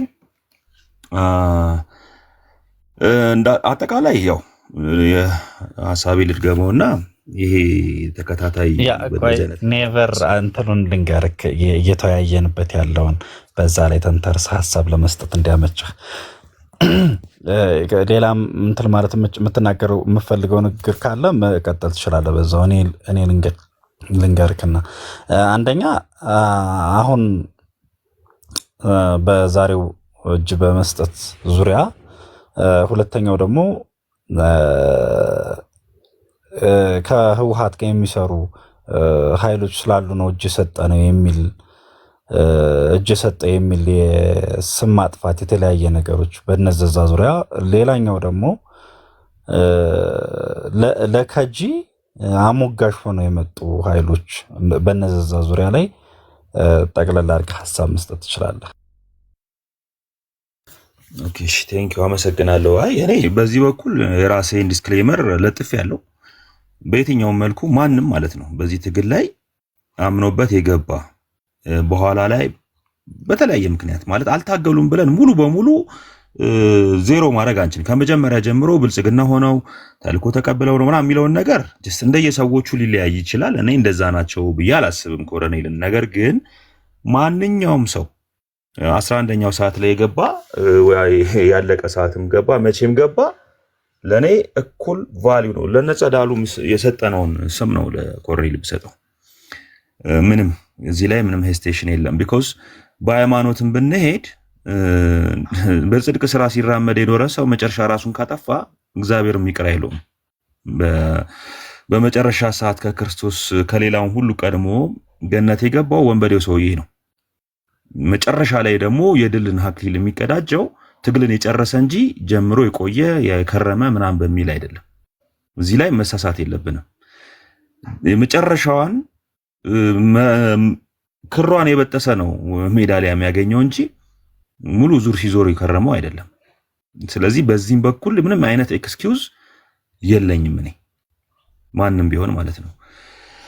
ግን አንዳንድ ሰዎች ሲደሰቱ አይቻለሁ። ማለት አማራ በአጠቃላይ የአማራን ትግል በጠላት በብልጽግና ቤት ከበሮ የሚያስመታው ጉዳይ በአንዳንድ አማሮች እስክስታ ሲወረድበት እያየን ያለ ነው። ይሄ ለእኔ ያሳፍረኛል። አፋድን እንደ ጠላት ከማየት የመነጨ ነው ይገባኛል። የፈለግከውን አናሊሲስ ስራ ግን እንደ አማራ ነው እያፈርን ያለ ነው። እዚህ ቦታ ላይ የትኛውም የፋኖ አደረጃጀት ውስጥ በዚህ ደረጃ ትልቅ አይሆን እንጂ ከዲሽቃ ተኳሽ እስከ ክፍለ ጦር መሪ ምናምን ያልገባበት ቦታ የለም። እነዚህ ሁሉ የአማራ ሎሶች ናቸው። በዚህ ትግል ውስጥ አንድም ሰው ለብልጽግና በምንም መልኩ በሆዱም ይሁን በስልጣንም ይሁን ወይም ትግል ደከመኝ ብለውም ይሁን የገባ ባንዳ ነው። ታሪክን ወደኋላ መለስ ብለን ብናይም ትላንት በአርበኞች ዘመን የነበረው ትግል ላይ የገቡ ሰዎች ነበሩ። ትልቅ ጀብዶ የሰሩ ከነጦራቸው የገቡ ብዙ አሉ። ከመነሻውም ባንዳ ሆነው ከ20 ሺህ ጦር በላይ ይዘው የነበሩ ሰዎችም ነበሩ። የለም አትበሉ ማለት ብዙ ነገሮች ስለምናቅ ማለት ነው። በትጥቅ ትግልም የነበረውንም ብናስታውስ ወደ ደርግ ይሄዱ ነበሩ። ከደርግ ወጥተው ወደዛ ይሄዳሉ። ወንበዴ ተብሎ ወደ ተፈረጁት ማለት ነው። አሁን መሳለቁ በተለይ አፋር ስለሆነ ጀስት አሁን እኮ ብታምኑም ባታምኑ የነ ሻለቃ ዝናቡን መግለጫ ስናስደምጥ ነበር። እኛ ላይቭ ነበርን ባይዘው ትናንት ማለት ነው።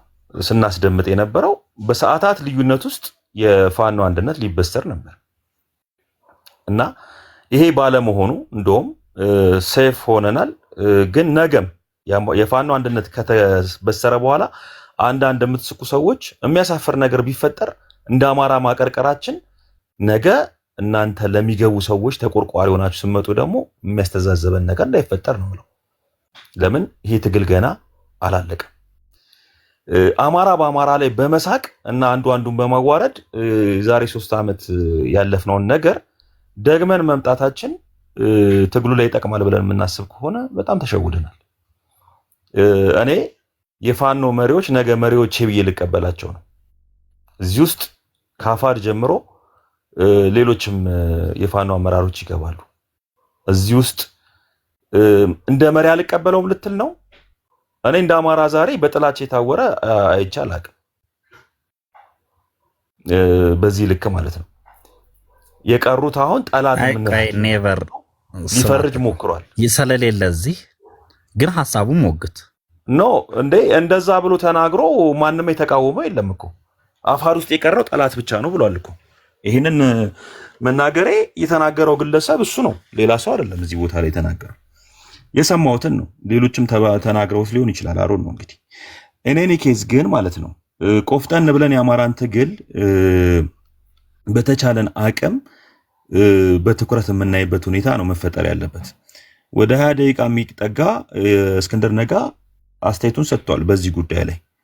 እኔ እንዳጠቃላይ የአፋድ ላይ ያለኝን ሂስ ለመናገር ያክል በተለይ ኮሎኔል ፋንታውን ሟባው ቅድምም ገልጬዋለሁ።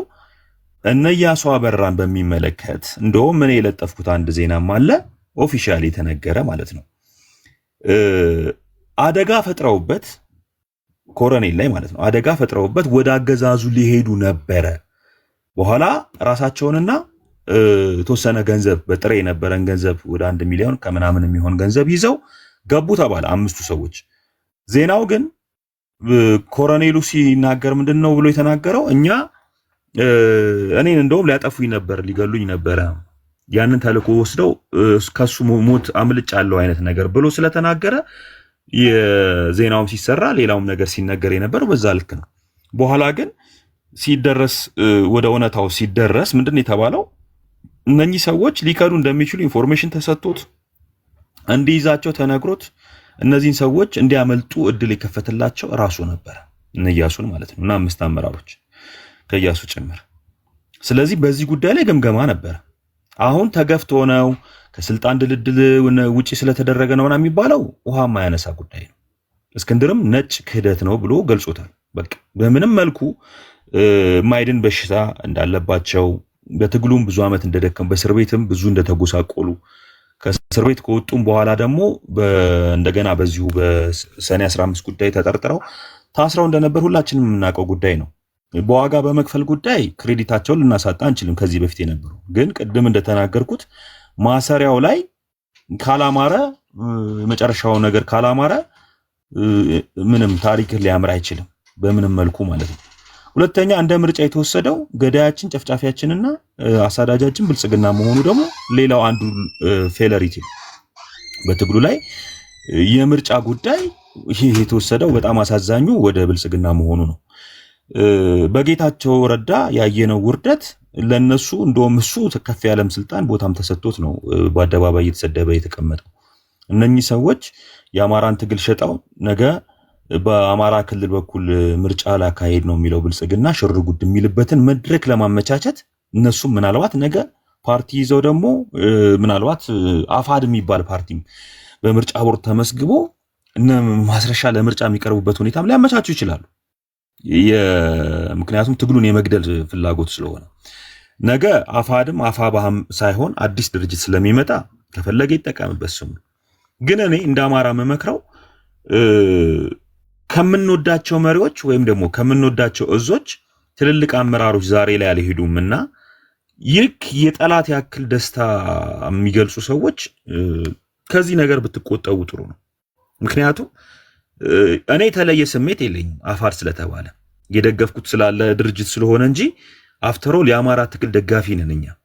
ሁኔታዎች የፈጠሩት ልዩነት እንጂ ሲጀመር ጀምሮ የፋናው ደጋፊዎች ነበርን ሁላችንም።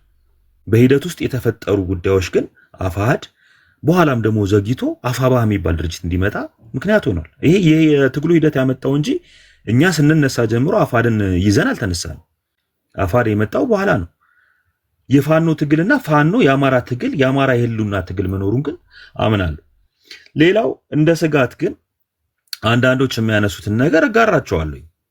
ምክንያቱም ከአፋድ አደረጃጀት እንደዚህ አይነት ትልልቅ አመራሮች ስለሄዱ ጀስት የሚቀጥለውን ድርጅት ኮንታሚኔት አድርገው ሊጎዱት ይችላሉ የሚለውን ትንታኔ ሙሉ በሙሉ ዜሮ አድርጌ አልጥለውም። አሁን መፈተሽ ያለበት ነገር መፈተሽ አለበት። እስክንድርን ባስቀመጠው መሰረት እኛም ከእንደዚህ አይነት ነገሮች የጠራ ለማድረግ ብዙ ጥረት እያደረግን ነበር ነው። ግን ትልቁ ችግር ምንድን ነው? መያዝ ነበረባቸው ኮሎኔሉ። ይሄንን እኮ ባይዛው ኢንፎርማሊ እኮ ተሰምቷል። ይሄ ወሬ ዝም ብሎ እኮ አይደለም። እንደ ኦሎፈሰደን ዛሬ እንደ ዱብዳ ሲገቡ ወይ ኮሎኔል ገቡ ሳይሆን ይሄን እውነቴን ነው የምላችሁ በጥቂት ሰዎች ዘንድ የሚታወቅ ሲንሸራሸር የነበረ ነገር ነው። እንደውም ከማስረሻ ጋር ሊገቡ እንደነበረ ነው በንግግሩ። ማነው ስሙ ማስረሻ ሲናገር አይታችሁ ከሆነ ለኢትዮ 360 ለነ የሩስ ሲነግራቸው እሱ ከመግለጫው ከወጣበት በኋላ ከነሱ ጋር ባደረገው ንግግር ምን ሲል ነበረ?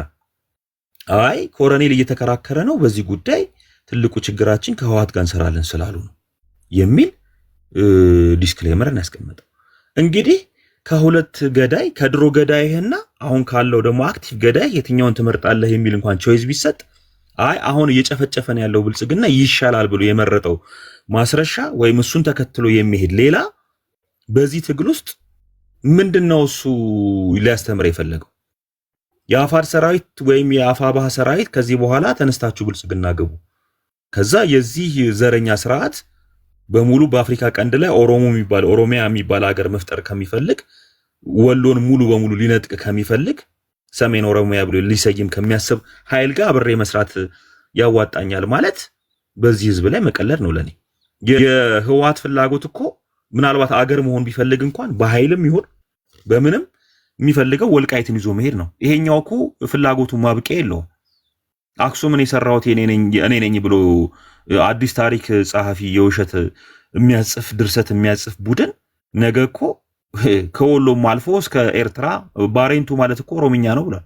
በረቱማና ቱለማ ምናምን ይሄ ማን ነው ስሙ ቦረና የሚባሉ ሁለቱ ልጆች የነሱ ስም በረቱማ ማለት እንግዲህ ኤርትራ ውስጥ ያለ መሬት ነው አይደል እንዴ? ያ ሁሉ ኦሮምኛ ነው ብሎ እኮ የሚመጻደቅ ነው።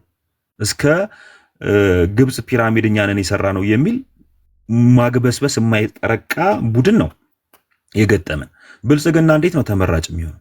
በምንም መልኩ ማለት ነው እንዴ? እኛ እኮ እዚህ ህወሓትን ስንቃወም እኮ ከርመናል። ስንት ወራችን ነው በዚህ ጉዳይ ላይ አብርሃም እዚህ ሲከራከረን ማለት ነው እንዴ?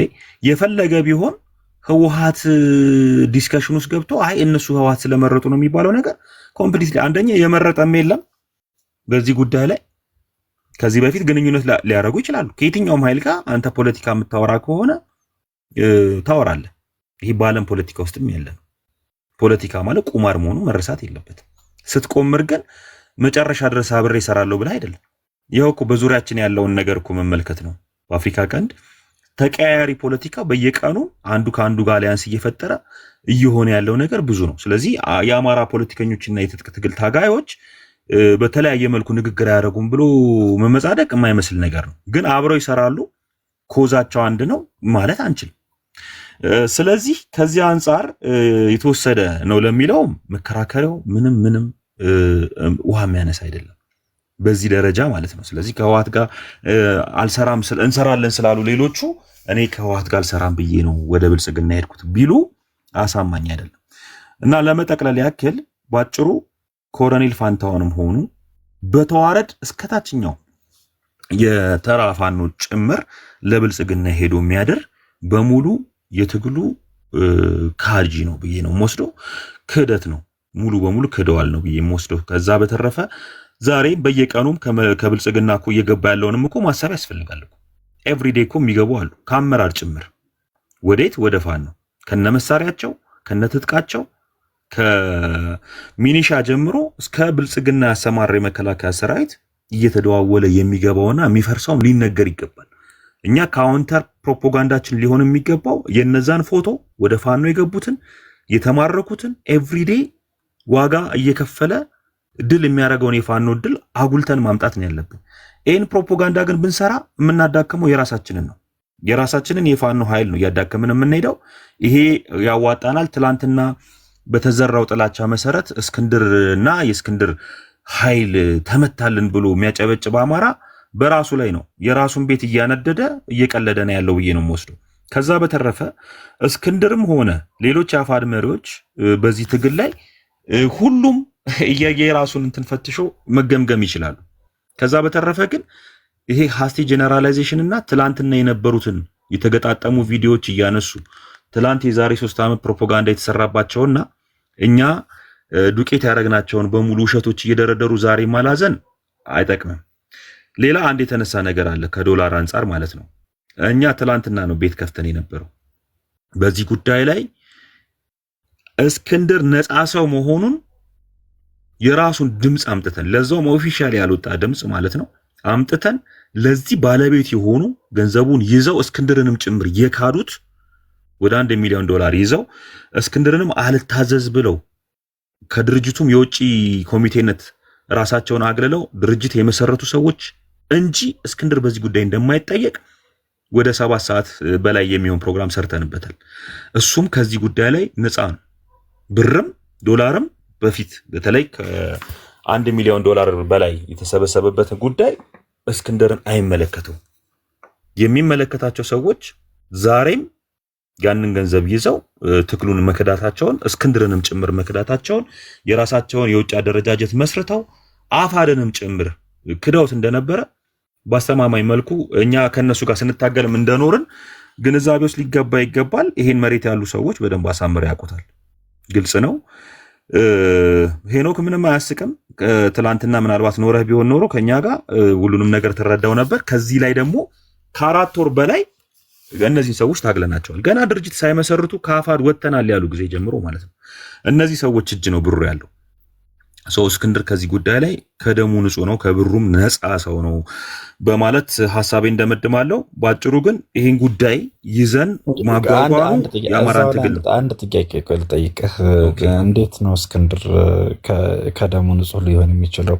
እነዚህ አካላት የሰበሰቡት አካላት በእስክንድር እውቅና ተሰጥቷቸው ነው የሰበሰቡት? አዎ፣ ግን እስክንድር ያለው አገር ቤት ነው። ከዚሁ ለምሳሌ አንተን ውክልና ተሰጠ ልበልህ። አይ እውቅና የሰጣቸው አካላት በጭም ሳያመንባቸው ለእኔ ያደርሳሉ ያላላቸውን ሰዎች እንዴት አድርጎ ነው እውቅና ሊሰጣቸው የሚችለው? እኮ ዝም ብሎ አይደለም። እሺ 3 ደቂቃ ወስጄ ላስረዳ እዚህ ነገር ላይ 3 ደቂቃ ብቻ ስጠኝ፣ ከዛ ጨርሳለሁኝ። በመጀመሪያ ደረጃ እነዚህ ሰዎች ረጅም ጊዜ ከእስክንድር ጋር የቆዩ ናቸው፣ እውነት ለመናገር ማለት ነው። ከአንዳንዶቹ ከባልደራስም ሊሆን ይችላል የተነሱት፣ ግማሾቹ ከአማራ ህዝባዊ ግንባር፣ ከዛ ደግሞ ህዝባዊ ሰራዊት ሲባልም የገቡ አሉ። ዞሮ ዞሮ አፋር ሲመሰረት ያ ህዝባዊ ሰራዊት ወኪል በመሆን ሁሉም እዞች የራሳቸውን ሲወክሉ ተወክለው የአፋድ የውጭ ኮሚቴ ውስጥ የነበሩ ሰዎች ናቸው። በኋላ ግን የአፋድ የውጭ ኮሚቴ ገና አንድ ተብሎ ከታወጀበት ቀን ጀምሮ ችግር ነበረበት። ሁል ጊዜ ተስማምተው ሊሰሩ የሚችሉ ሰዎች ስላልነበሩ ግማሾች ሲወጡ ሌሎች ሲተኩ ምን ቆይቶ በተለይ ይህን ገንዘብ የሚመለከተው በኃላፊነት ደረጃ እነ ዶክተር አምሳሉ እነ ሙልጌታ እነ ህይወትና በሌላው ደግሞ በቅርበት ይሰራ የነበረው ኤርሚያስ ሽበሺ እነዚህን የያዘ የ10 ሰዎች የኮሚቴ 11 ሰዎች ከኮሚቴው ወጥተናል ለቀናል አሉ። ከመልቀቃቸው በፊት ግን ግማሾቹ ዶክተር አምሳሉ ኦልሬዲ በደብዳቤ ራሱን የለቀቀው፣ ሌሎችም ተከትለው አንድ ሁለት ሰዎች በደብዳቤ ራሳቸው ያገለሉ አሉ፣ መጀመሪያ ማለት ነው። ሌሎቹ ግን አብረው ቆይተው በስተመጨረሻ ምን አይነት ነገር ይዘው ነው የመጡት? የራሳቸውን ፕሮፖዛል ይዘው መጥተው እኛ ከነዚህ አሁን ካሉት ከሌሎቹ ጋር በእዝ የተወከሉ አሉ፣ ከጎንደር ከወሎ ከሌሎች እዞች የተወከሉ ሰዎች ጋር አብረን መስራት አንችልም። ስለዚህ ልትሰጡን የሚገባው ለኛ ነው። እኛ ልምዱ አለን፣ ከግንቦት 7 ጀምሮ መሰብሰብ ልምድ አለን፣ ደጋፊው እኛን ያቀናል። ሌሎቹ ደግሞ ከኢቨን ሰሜን አሜሪካ ውስጥ አይደሉም ያሉት፣ አንዳንዶቹ አውሮፓ ናቸው፣ አንዳንዶቹ ደግሞ አፍሪካ ውስጥ ያሉ አሉ። ስለዚህ ይሄ ለስብሰባም ታይም ዞንም ምንም አይመችምና ሊለቁ ይገባል የሚል ሪዝን ይዘው መጡ ማለት ነው። በዚህ ጉዳይ ላይ የአፋድ አመራር ማንንም መግፋት ሳይፈልግ ሁለቱንም መሃል አስገብቶ ሲያወያያቸው ለወራት ቆዩ ማለት ነው። በስተመጨረሻ ላይ ጥለው 11 ሰዎች አብራችሁ ስሩ የሚለውን ውሳኔ አንቀበልም ብለው ሪጀክት አድርገው ወጡ ማለት ነው። ይሄ ባይዛው በማስረጃ የተያዘ ጉዳይ ነው የማወራው፣ ዝም ብሎ ተረት አይደለም። ስለዚህ ሲወጡ ምን ነበረ ከእስክንድር ላይ ጫና ሲያደርጉ የነበረው? እስክንድር የድርጅቱ መሪ በመሆኑ ከነሱ ጋር በነበረው ቅርበት እሱ ይቀበለናል ያሳምናቸዋል ብለው በተወሰኑ አመራሮች ደረጃ ደግሞ በደንብ ግንኙነት አላቸው። ለምሳሌ ከደረጀ ጋር ዶክተር አምሳሉ የጠበቀ ግንኙነት አለው ከራስ ደረጀ ጋር፣ ከነመከታውም ጋር እንደዛው። ስለዚህ እነዚህ የአፋድ ከፍተኛ አመራሮች ከእስክንድር ጭምር ለኛ ይተፉዛሉ በሚል ቀቢጸ ተስፋ እዚህም ሲመጻደቁብን የከረሙት ማለት በቃ እኛ ያልነው ነው የሚሆነው ምናምን እያሉ ማለት ነው። እንዳልሆነ ሲያውቁ ምንድነው ያደረጉት? ቃል በቃል እስክንድር ይናገራል። እስክንድር ካደን፣ ሁለቱም ሰዎች አምሳሉ ኤርሚያስም ክዶናል ብለው እስክንድርን ላይ እንበቀለዋለን ነው እንደውም የሚሉት ቃል በቃል እስክንድርን እንበቀለዋለን። ያ ከሆነ በኋላ ግንኙነትም የለንም። ይሄን ባይዘው ዶክተር አምሳሉ ራሱ ለኔ ያረጋግጡልኛል። ትገናኛላችሁ ስለ አልገናኝም ያለ ትላንት ወንደሰን መስክሯል ይሄንን ግንኙነት እንደሌላቸው። ያም ግንኙነት 100% ካቋረጠ በኋላ እስክንድር ወደ ድርጅቱና የተመለሰው ከድርጅቱና ከአመራሮቹ ጋር አብሮ ይሰራ ነበር።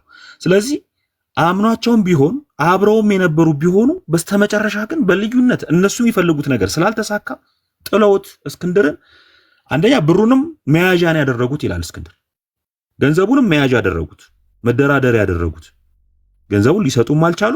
ሁለተኛ እኛ የምንፈልገውን ነገር ካልተደረገልን እስክንድርንም ክዶናል ብለው ወደ በቀል እርምጃ ነው ሄዱት። ስለዚህ እስክንድር ነፃ ነው ምለው በዚህ ጉዳይ ላይ የሚችለውን ያክል ለማቀራረብ ሞክሮ አልተሳካለትም። በስተመጨረሻ እሱን ጠላት አድርገው አንድ ጥያቄ ልጠይቅህ በዛው እዚሁ ላይ።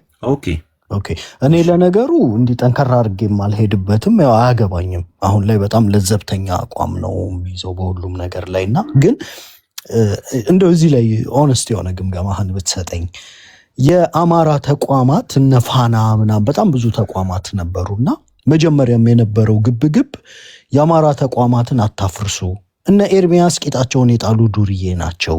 ከባልደራስ ጀምሮ ስለማውቃቸው ነው ይሄን የምናገረው። በነገራችን ላይ የድርጅትን 2 ሚሊዮን ወይም 1 ሚሊዮን የሚያክል ብር አምሳሉም ፖለቲካሊ አላውቅም፣ እሺ እኔ ልዝለለው። እነ ኤርሚያስን ግን በባልደራስም አብሬ ስለሰራው ስለማውቃቸው ነው። በነገራችን ላይ ሌሎችም ነበሩ እንዲሁ ተራግፈው ሄደው ነው። እነዚህን ሰዎች ትረስት የማድረግ ነገር አለ አብረው ስለሰሩና የአማራ ተቋማትን አፈራርሰው እነዚህ 2-3 ሰዎች ግለሰቦችን ስትመርጥ ዜን ኃላፊነት እየወሰድክ ነው። ግብ ተፈጥሯል። ፋና አያስፈልግም ብለሃል፣ ትሪፕል አያስፈልግም ብለሃል፣ ወንፈል አያስፈልግም ተብሏል። ሌሎችም በተቋም ቢሆን ኖሮ ዛሬ ገንዘቡን በተሻለ መጠቀም አይቻልም ነበር ወይ? እና ያ ሮንግ ጀጅመንት ዋጋ ላስከፈለንም ወይ? እንደው በጣም በቅንነት ነው ማነሳው፣ ባላነሳው መርጥ ነበር።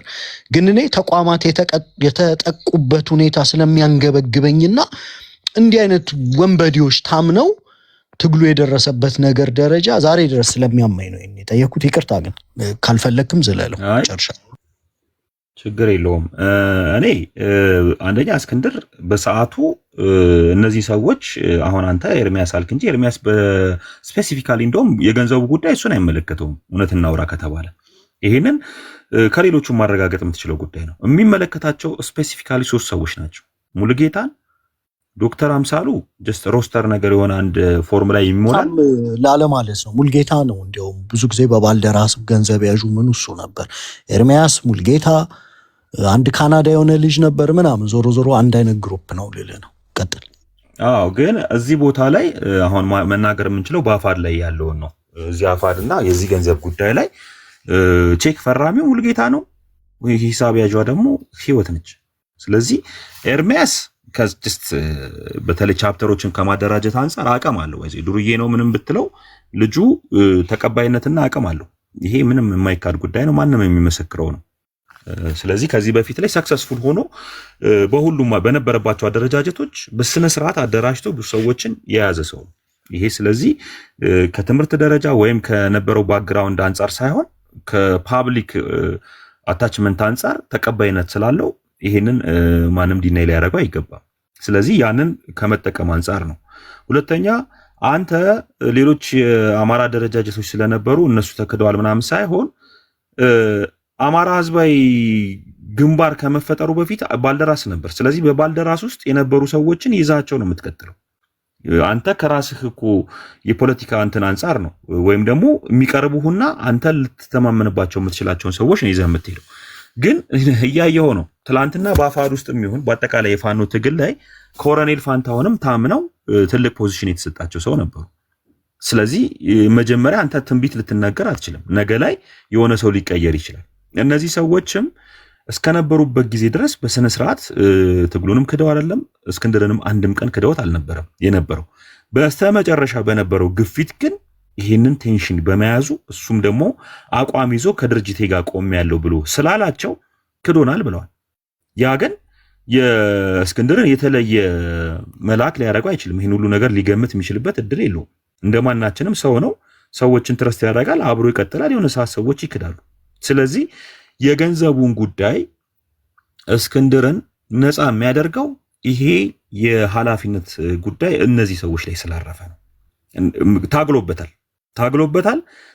እታች እኮ ከታችቶ እዚህ ሚዲያ ላይ እንኳን የነበረውን ስድብ ገልጸን ዘርዝረን እንኳን ጨርሰን። ይቅርታ ግን እዚሁ ላይ አንድ ነገር የአማራ ህዝብ በማህበራትም እየተደራጀ የመረጣቸው ተቋማት ነበሩ። እነዚህን ተቋማት አልፈልግም ብለህ በግል የምቀርባቸውን ሰዎች አምናቸዋለሁ ቢያጠፉም ኃላፊነት ወስዳለሁ ብለህ ፋናን አልፈልግም ብለህ የበርካታ የአማራ ማህበራት ውቅር ውጤት የሆነውን ፋናን አላምንም ሙልጌታን አምነዋለሁ ብለህ ለሙልጌታ ከሰጠኸው ሙልጌታ ገንዘቡን ያቃጥለው የሚጠቀምበትም ግን አማራ ካቋቋማቸው ተቋማት በላይ ስለማምን ከሱ ጋር ነው የምሰራው ስላልክ ገንዘቡ ደግሞ የአማራ ስለሆነ እንዴት ነው ከተጠያቂነት ልታመልጥ የምችለው? እኔ እስክንድርን እኮ ከመጀመሪያ ጀምሮ ትግል ላይ መግባት የለበትም ብሎ የሚቃወሙ በማህበራት አልነበሩም እንዴ? እስክንድር ይጥፋልን ሲሉ የነበሩ ሰዎች እኮ የተሰከሰጉበት። እንደዛ ስለሆነ ዩሪ አሁን እኮ ወደ ኋላ ተመልሰን እንደዛ እንበል ከተባለ እስክንድር አይኑ ይጥፋልን ሲሉ የነበሩ ሰዎች እኮ እዛ ውስጥ አሉ። ያንን እያየ ይግባ ማለት አትችልም። አሁን ማሰብ የምንችለው ምኑ ጋር መሰለ? የመጨረሻ ላድርገውና ሌሎችም እንዲናገሩ እስክንድር የተለየ ወይ ጥንቆላ ወይም ደግሞ ትንቢት ተናጋሪ ሰው አይደለም። እስከ ሰሩበት ሰዓት ድረስ እስከ መጨረሻዋ ሰዓት ድረስ ከእስክንድር ጋር ከፍተኛ ግንኙነት አላቸው። እምነቱም ነበረው። መስተመጨረሻ ግን ክደውታል፣ አሳተውታል። የአፋድ ሰዎች ብቻ አይደለም። እዚህ ትግል ላይ ኮሎኔል ታደሰ እሸቴ ሲሰዋ በሕክምና ጦት ገንዘብ አጥቶ ነው እስክንድር ገንዘቡን ይዞ ሲባል ሲለቀስ ነበር። እዚህ እስክንድርን የሚሰድበው የነበረው አብዛኛው የአፋድ ደጋፊ ነው።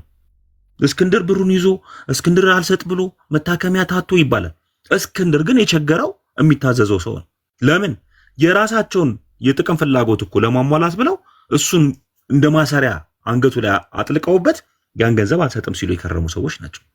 ስለዚህ ከነዚህ ሰዎች ማንም ይሄ የሚመሰክረው ነው። አፋድ ውስጥ ያሉት ከመከታው ጀምሮ ሁሉም ያውቁታል ሂደቱን። እኛ እኮ ራስ ደረጀ ከሂደቱ ሲወጡ እኮ ያደረገውን ንግግር እንደውም ጀምሬ ነው የተወኩትኝ እና አምሳሉ መጨረሻ ላይ የተናገሩት ንግግር አለ ጥለው የወጡበት ማለት ነው። አማራጭ የሰጡት እኮ ሁሉንም ሰዎች በእዝ የተወከሉትን አባራችሁ እኛም ብቻ አድርጉን ነው። ሁለተኛው አመቻች ኮሚቴ ከራሳችን መርጠን እኛ ራሳችን እናደራጀው እንጂ እናንተ አትመርጡልንም ነው። ሶስተኛ ሁላችንም የምንበተን ነው። ይሄ እንዳይሆን ለማመቻቸት ያደረጉትን ጥረት በሙሉ ከሁለት ወር በላይ ባይዘወይ እኛ በቅርበት የምንከታተለው ጉዳይ ነበር። ያንን ሁሉ በዜሮ አባስተው በእብሪት ያወጧቸው መግለጫዎች እስከዛሬ ድረስ የሚገርሙ ናቸው። ይሄ ሂደት ቀጥሎ ኢትዮ 360ንም እስከ መበተን የደረሰው ባይዘወይ የነኚህ ሰዎች እንትን ማለት ነው። ዛሬም ደግሞ በእስክንድር ምስል እየነገዱ የእስክንድር ደጋፊ መስለው የክህደት እንትናቸውን ቀጥለዋል። ዛሬ ትላንትና እኮ እኛ ዳሜጅ ኮንትሮል እኮ ልናደርግ የሞከርነው እነሱ በሚሰበሰቡባቸው ቤቶች የአፋብኃ መሪዎች ሙሉ በሙሉ ሲሰደቡና ሲረገጡ ነው የሚውሉና የሚያድሩት። በውጭ ቁጭ ብሎ የሚሰማ ሰው የአፋድ ደጋፊዎች ጠንካራ ደጋፊ የሚባሉት የፋኖ መሪዎቻችንን ይሰድባሉ ብሎ ነው የሚገመግመው። ሲሳደብ አልሰማም። የእሱ ኮሊንጎች ግን አብረው በስራ አስፈጻሚ የአንድነት የሚባል በውጭ የመሰረቱት ድርጅት የስድብ አፉን ይዞ ሲሳደብና ሲራገም የሚውለው በአጠቃላይ ፋኖ መሪዎችን ነው። በዚህ ሰበብ እስክንድርም ሆነ አፋድ ይሰደባል። ባይዘወይ እንደውም እንደ ምክር እነዚህን ሰዎች ሰብሰባችሁ አንድ ነገር አድርጓቸው የሚል ምክር ነው ለአማራ ስትሮንግ የነገርኩት። ነገር ግን እኛ ከዘጋን በኋላ በተከፈቱ ቤቶች አሁንም ያንኑ ስድባቸውን ቀጥለዋል። ሁሉንም መሪዎች ነው የሚያዋርዱት። ስለዚህ እነዚህ ሰዎች አንደኛ እስክንድርንም አፋድንም ክደውታል እያለን ያለ ነው። እኛ በስነ ስርዓት አፋድን ደግፋለን የምንል ሰዎች ከዛም አልፈው ግን የፋኖ አንድነት እየመጣ ስለሆነ ስላስጨነቃቸው ሙሉ በሙሉ የፋኖ መሪዎችን እየሰደቡ ነው ያሉት። የዛሬ ዓመቱን የዛሬ 2 ዓመቱን ሁሉ የሆነውንም ያልሆነውንም እየደነቀሩ እየተሳደቡ ነው ያሉት። ይሄ እኛን አይወክለንም። እንደ አፋድም እስክንድርም አያውቃቸውም። ግን አሁን እናንተ ይሄን ሚስጥር በቅርበት ስለማታውቁ የሚመስላችሁ እስክንድር አሰማርቶ የሚያሰድብ ሁሉ ነው ሊመስላችሁ የሚችል። ግን ፋክቱ እስክንድርም ሳይቀር ተክዷል ነው እያልኳችሁ ያለሁት። ስለዚህ በዚህ ልቋጨው። እኔ ግን አንድ መናገር የምፈልገው አንድ ጥያቄ መናገር እችላለሁ። ኔቨር አንድ ጥያቄ ልጠይቅህ ከተፈቀደ? እሺ ኦኬ። እኔ ምናልባት ስለ ስድቡ ምናምን እንኳ ደም ነጋዴ ምናምን የሚሉትም ተው አንድ መግለጫ አይቼ ነበር አንተ ፔጅ ላይና ዲዩቲንክ አሁን የወሎ ጠቅላይ ግዛት እዝ ሚል አለ። ማን ነው መግለጫውን የሰጠው? እንዴት ነው የሌለው? ሰራዊቱ እኮ አለ። ከእንደገና የክፍለ ጦር መሪዎች እኮ አሉ። እንዴት ነው የሌለው? በሰሞኑ እኮ የጋራ ነው። ይሄ ነው አትሳቅ፣ የምሬ ነው። ለምንድን ነው እሱም ይኸውልህ ከሸዋ ጠቅላይ ግዛት እዝ ጀምሮ እኔ እኮ ማን ነው ስሙ ድርሳን ብርሃኔ መከታው ከእንደገና ራሳቸው እዛ ያሉት የወሎ እዝ ወታደሮች አንድ ላይ በጥምረት አይደል ኦፕሬሽን ሲሰሩ የከረሙት። ይሄንን እኮ ለምን እናንተ በአደረጃጀታችሁ ሄዳችሁ እንዲህ አይነት መግለጫ ሲወጣ ለምን ዝም አላችሁ ብላችሁ ለምን አትጠይቋቸውም? ከሌለ ማለት ነው ከሌለ የጋራ ኦፕሬሽን እንዳደረጉና የዳውንቱም የሰሞኑ ጦርነት ከዛ በፊት ደገር ላይ የነበረ ለ7 ቀን ተከታታይ የነበረው ጦርነት ሶስቱ አንድ ላይ ሆነው ነው የሰሩት። ድርሳን ብርሃን የሚመራው ምን ነው የሚባለው አሳምነው እዝ ነው መሰለኝ አይደለ? እዛ ከእንደገና መከታው ሲቀጥል በኮሎኔል ስር ይመራ የነበረው የወሎ ነው። ይሄንን አንድ ላይ ሲሰራ የነበረው ይሄ ውሸት ከሆነ እናንተ ኩዌስችን ማድረግ ያለባችሁ እኔ ሳይሆን አፋብኃን ጠይቁት። አፋብኃ አልተደረገም ወይ? የለም ምንም አልተደረገም፣ ምንም ጦር የለውም ካላችሁ ኦኬ እነሱ ይመልሱት እንጂ እኔን አይደለም መጠየቅ ያለባችሁ። ስለዚህ ባጭሩ ይሄ ነው። አማራ ዛሬ ግን ለተናገርከው በጣም አያስደስትህ ማለት በዚህ ደረጃ የአማራ አንድ አማራ የነበረ በአማራ ስም የሚንቀሳቀስ ሰው ስለገባ ጮቤ የሚያስረግጥ ነገር የለም። ሁለተኛ የቀረው ጠላት ነው ብለህ ልፈርጅ የሞከርከው እስክንድርን ሊሆን ይችላል። ሌላም የማደግፋቸው እንደነ ጌታ አስራዳ አይነት ሰዎች አሉ። እነሱን ለማለት እንደፈለክ ይገባኛል። ይሄ ግን አንተ በምትሄድበት መንገድ ሳይሆን በተቃራኒው እነዚህን አመራሮች አካቶ ነው እየመጣ ያለው። ስለዚህ ምናልባት አንተ ከትግል በቃ ይሄ ነገር አልተሳካም ካልክ ምናልባት ቲክቶክን ዘግተህ መጥፋት ትችላለህ። እውነታው ግን ይሄ ነው። የምትውጣው ሀቅ ይሄ ነው ማለት ነው። ጨርሻለሁ። ፖይንት አለ ወይስ አንዳንዴ እኔ ስናገረው ስህተት ኔቨር ሲናገረው ትክክል የሚሆነው ነገር ነው የሚያስቀኝ። አሁን ራሱ ሲያነሳ እስክንድርን ኢሪሌቫንት አድርገውታል። ውስጥ ተርገናል። የአማራን ትግል መቆጣጠር የሚፈልግ ቡድን አለ። እኛስ ምን አለን? ይሄን ካልክ አንተ እኮ ከኔ ጋር ነው መቆም ያለብህ። ይሄው ኃይል እኮ ነው። አሁን አፋ ተቆርጠው ወጥተዋል እኮ ነው። ታዲያ እስክንድርን ታዲያ አትክሰሷ። እነሱን ሄደህ ተናገራቸው። እስክንድር እኮ ነው ኢኔብለር። እስክንድርን ግን ተጠያቂ ልታደርገው አትችልም በዚህ ሰዓት። ለምንድን ነው የማይጠየቀው? ኢኔብለር የነበረው ታዲያ የከዳ እንደሆነ አንተ ቆይ፣ በሌሎች አደረጃጀቶች ከነዲሽቃቸው የገቡ ሰዎች የሉም እንዴ? ኢኔብለር ነበሩ እነዛ መሪዎች። ዲሽቃን ያህል ነገር ሲሰጧቸው፣ በሚሊዮን የሚቆጠር ገንዘብ የሚያወጣን ዲሽቃ ሲሰጧቸው ኢኔብለር ነበሩ ልትለኝ ነው? ኔቨር እንመጣባቸው። ኖ እንደዛ አትበላ። ስትከስ ማለት ነው። ቆይ እንዳይሆን አማራ ዛሬ ቆይ ይቅርታ፣ አማራ እንትን ሲሳይ ረጅም ደቂቃ ነው የጠበቀውና ካልቸኮልክ እናስቀድመው ወይስ አንተ እናስቀጥል? እኔ አጭር ነው። አሁን መጨረሻ ላይ ለሰጣት አስተያየት ብቻ እናገራለሁ እንጂ ምንም እኔ እስኪ በቃ ተናግሬያለሁ እኮ። እኔ እስክንድር ነው ኢኔብለር የነበረው ስል አሁን አሰሱም ገበሱም ከጂውም ጠቃሚውንም ለድርጅት ጥቅም ይጠቅመኛል ብሎ ሲያስብ ያለ መርህ ድርጅት ብሎ ኢኔብል ያደረጋቸው እስክንድር ነው። ለዚህ ተጠያቂ ነው እስክንድር። ክፍለ ጦሮች ላይ እጅ የሚሰጡ ሰዎችና ስራ አስፈጻሚ ላይ እጅ የሚሰጡ ሰዎች እኩል ትሪት አይደረጉም። ይሄም ፋክት ነው። የተወሰኑ ግለሰቦች ድሽቃ የሚይዘው ይግቡ፣ ምንም ይዘው ይግቡ። አሁን እኮ የገቡት ሰዎች አደረጃጀት የሚመሩ ሰዎች ናቸው። ከዘጠኙ ስራ አስፈጻሚው 3ቱ እጅ ሰጡ ማለት ምን ቀረን? እሱም ብቻ አይደለም፣ ውስጥ ችግር አለ። አሁን አንተ አንድነት እየመጣ ነው ምናምን በምን እርግጠኛ ሆንክ? ነገስ በአንድነቱ ከተፈጸመ በኋላ ነገ አንዱ ጥሏል አለመክዳቱ እንዳለ ትግላችን አለማስፈረጁ። እኔም ማነሳውን ራሽናል ጥያቄ እንደሱ አይደለም በዚህ መልኩ ቬንት እናደርገዋለን ሚል ፕላን ነው እንጂ ዘልት መጣ የሚገባ ማነወር አይደለም። ነገስ አሁን አዲሱ ድርጅት ይምጣ፣ ስም እኮ አይደለም ያጣብቀን መርህ እንጂ ነገ አንዱስ ቢወጣ ያውም ከፍተኛ ኃይል ይዞ ቢወጣ ምኑ ነው? ከሌሎችስ ቢወጣ ምን አንተስ በምን ታውቃለህ? ሲወጣ ያየነው ከፍተኛ አመራር ሲወጣ ያየነው ትሬንዱን እኮ ነው እየተናገርኩ ያለሁት። ካፋድ ነው ኖ አንተ ማወቅ አትችልም ይሄንን እንዴ? ይኸውልህ እየቀረበ ያለው ትልልቅ ገንዘብ ነው። አንድ ነገር ልንገርህ አማራ ዛሬ አንዴ ኔቨር እኔ ጨርሻለሁ። በቃ ባይዘይ ትሬንድ ምናምን ብለህ አይደለማ። ይኸውልህ በቃ ውስጥ ስራ አስፈጻሚው ነው እየገባ ያለው። ይሄ ስራ አስፈጻሚ የአማራ ትግልን ሪፕሬዘንቴሽን የያዘ ነው፣ ውክልና አለው። ነገ አንድ ድርጅት ብለህ ይዘህ መጥተህ ነገም ተግደልትሎ የሚገባ ከሆነ እኔ ካሁኑ ትግሉን የምከላከልበት መንገድ ይሄ ነው። ኮምፕሮማይዝ አድርጓል ወይም ኮንትሮል ኦፖዚሽን ነው ብዬ እኮ ነው የመጣሁኝ። ለምን በየቀኑ እየገባ ነው እንዴ? አሁን ራሱ በምን ጋራንቲ ነው አንድነት ከተፈጸመ በኋላ ላለመግባታቸው ምን ጋራንቲ አለን? አፋባህ ነገ ከገባ አፋባህም ላይ ተመሳሳይ ዘመቻ ነው የምናደርገው። ይኸውልህ ከማስረሻ ጀምሮ ግን አብዛኛዎቹ ተገምግመዋል። እሳቸው ራሳቸው ይኸውልህ ግምገማ ላይ ናቸው። ቅድም ተናግሬያለሁ። ምናልባት ስላልነበርክ ሊሆን ይችላል። እሳቸው ራሳቸው በነያሱ አበራ ጉዳይ ፋክቱ ሌላ ሆኖ ተገኝቶ መረጃም ይኸውልህ ሂሳቸውን ውጠው አንድነቱም ላይ አብሮ የመስራት እያስመሰሉ ቀጥሉ። ገባ? አንደኛ ከነበራቸው የትግል ልምድ አንጻር ከእድሜያቸውም ካለባቸውም ችግር አንጻር ነገሮች ታይተው እሳቸውም ደግሞ ትክክል እንዳልሆነና መሳሳታቸውን አምነው ግን አሁን ከወታደራዊ አመራር አንጻር ቦታው ብዙ ሰዎችም ስላሉበትና እሳቸውም ደግሞ በትግልም ስለተገመገሙ ያ ቦታ እንደማይሆንና ሌላ ቦታ ሊሰጣቸው ተስማምተው ተቀምጠዋል። ነገር ግን እሳቸው ኦልሬዲ ነገሩን እያደቡ እንጂ እያስመሰሉ እንጂ ሌላ አልነበረም። ስለዚህ በዚህ ጉዳይ ላይ የአፋድ መሪዎች ብቻ ሳይሆን አዲስ የሚመሰረተው የድርጅት መሪዎችም ጭምር ተስማምተውበት ነው ይሄ ጉዳይ በይቅርታ የታለፈው። እሳቸው ግን ቀናቸውን እየጠበቁ ነበር፣ እያመቻቹ ነበረ። ጥለው የሄዱት በሌሊት ነው፣ ቀን ጠብቀው። ስለዚህ እንደ ትግል ጓድ አንተም ልትፈተንበት የምትችለው ልትፈርድ የማትችልበት ሁኔታ ነው ያለው። ባይዘወይ ይህንን ስናገር ለአፋድ ብቻ ሳይሆን ከአፋብኃ ያሉ መሪዎች አሳምረው ያውቁታል። ይህን ጉዳይ ግን ሁኔታዎች በጋራ ታይተው ነው ይህንን ውሳኔ እሳቸውም ይቅርታ ጠይቀውበት እንዲታለፍ የተደረገው።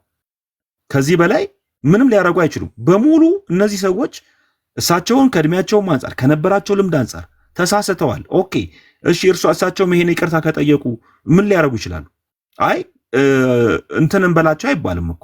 ከዛ በተረፈ ግን ቅድም አንድ የተነሳሽ ነገር አለች። ወደኛና አብረን እንስራ ምናምን ተብለዋል ከዚህ በፊት ምናምን ሲባል ከዛ በላይም ደግሞ ጦር እንደዘመተባቸው መረሳት የለበትም። 2-3 ጊዜ ማለት ነው፣ ሪሰንትሊ ሳይቀር 2-3 ጊዜ የዛሬ 3 ወር እንደዚሁ ከዛ በፊት 1 ወር ደግሞ ቀደም ብሎ እንደዛው የነበሩ ነገሮች መኖራቸው አይረሳም።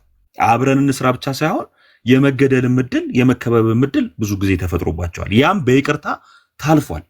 አብረን እንስራ የሚሉ ነገር ብቻ ሳይሆን የማጥፋትም ጉዳዮች ነበሩ። ስለዚህ እነዚህን ወደኋላ ተመልሰን እንዲተብለው ነበር ከምንል ዛሬ ላይ ባለው ግን ሁሉም የፋኖ መሪዎች ጉዳዩን አይተው አሳልፈውት ነበር። ይሄንን ነገ ከነጎዲያ ምናልባት አዲሱ ድርጅት ከመጣ በኋላ ሌሎች መሪዎች ምናልባት ከአፋድ ውጭ ያሉትም ሲመሰክሩ ልሰሙ ስለምትችሉ ብዙ ባንፈርድባቸው ቀሩ መሪዎች ላይ ለማለት ነው። ጨርሻለሁ። ድርጅት የሚመጣ አይመስለኝም። ኔቨር ብዙም ባንደክም ዝላይም ጊዜ ባናጠፋ። ምክንያቱም የካናት ጋራንቲ ምንድነው እሱ የምትለው? አንተ ከዝናቡ ትበልጣለህ አይመስለኝም። ከራስ ደረጃ ከዝናቡ ትበልጣለህ? እሺ ንገረኝ። አንድ ቀን ነው ትናንትና እኮ ነው የወጣው መግለጫው የነዝናቡ። ማርክ ማይ ወርድ ዛሬ የገና ዕለት ተበስሮ ቢሆን ኖሮ አዲሱን ድርጅት አስበይናችሁብን ነበረ። ተደራዳሪ አርጋችሁ አቅርባችሁ አስበይናችሁብን አትበል። አሁን እኮ እየተናገሩ ያሉት ከአፋባህም ያሉ መሪዎች ናቸው። በነገራችን ላይ ይቅርታ ቤቱን እየረበሽኩ ነው። የካናት ጋራንቲ ነገ ከአፋሃድ ውስጥ ሌላ አመራር ላለማውጣቱ ጋራንቲ እስከማትሰጥ ድረስ ያን ቬንት አርገህ ገምገመህ በውስጥ የራሱ ኢንቨስቲጌት የሚያደርግ ግሩፕ አቋቁመህ እስካላጠራኸው ድረስ ከዚህ ድርጅት ጋር አንድነት ፈጽማለሁ የሚለው የሚመጣ ፋኖ ትግላችን ሊያስበላ ያሰበ ፋኖ ነው። ያረጉታል ብያላ ወንድሞቻችን ከዚህ በላይ ናቸው። እሺ ቆይ አንዴ ሲሳይ እንስጠው ሊሄድ ነው። ቆይ አንዴ ሶሪ ከዛ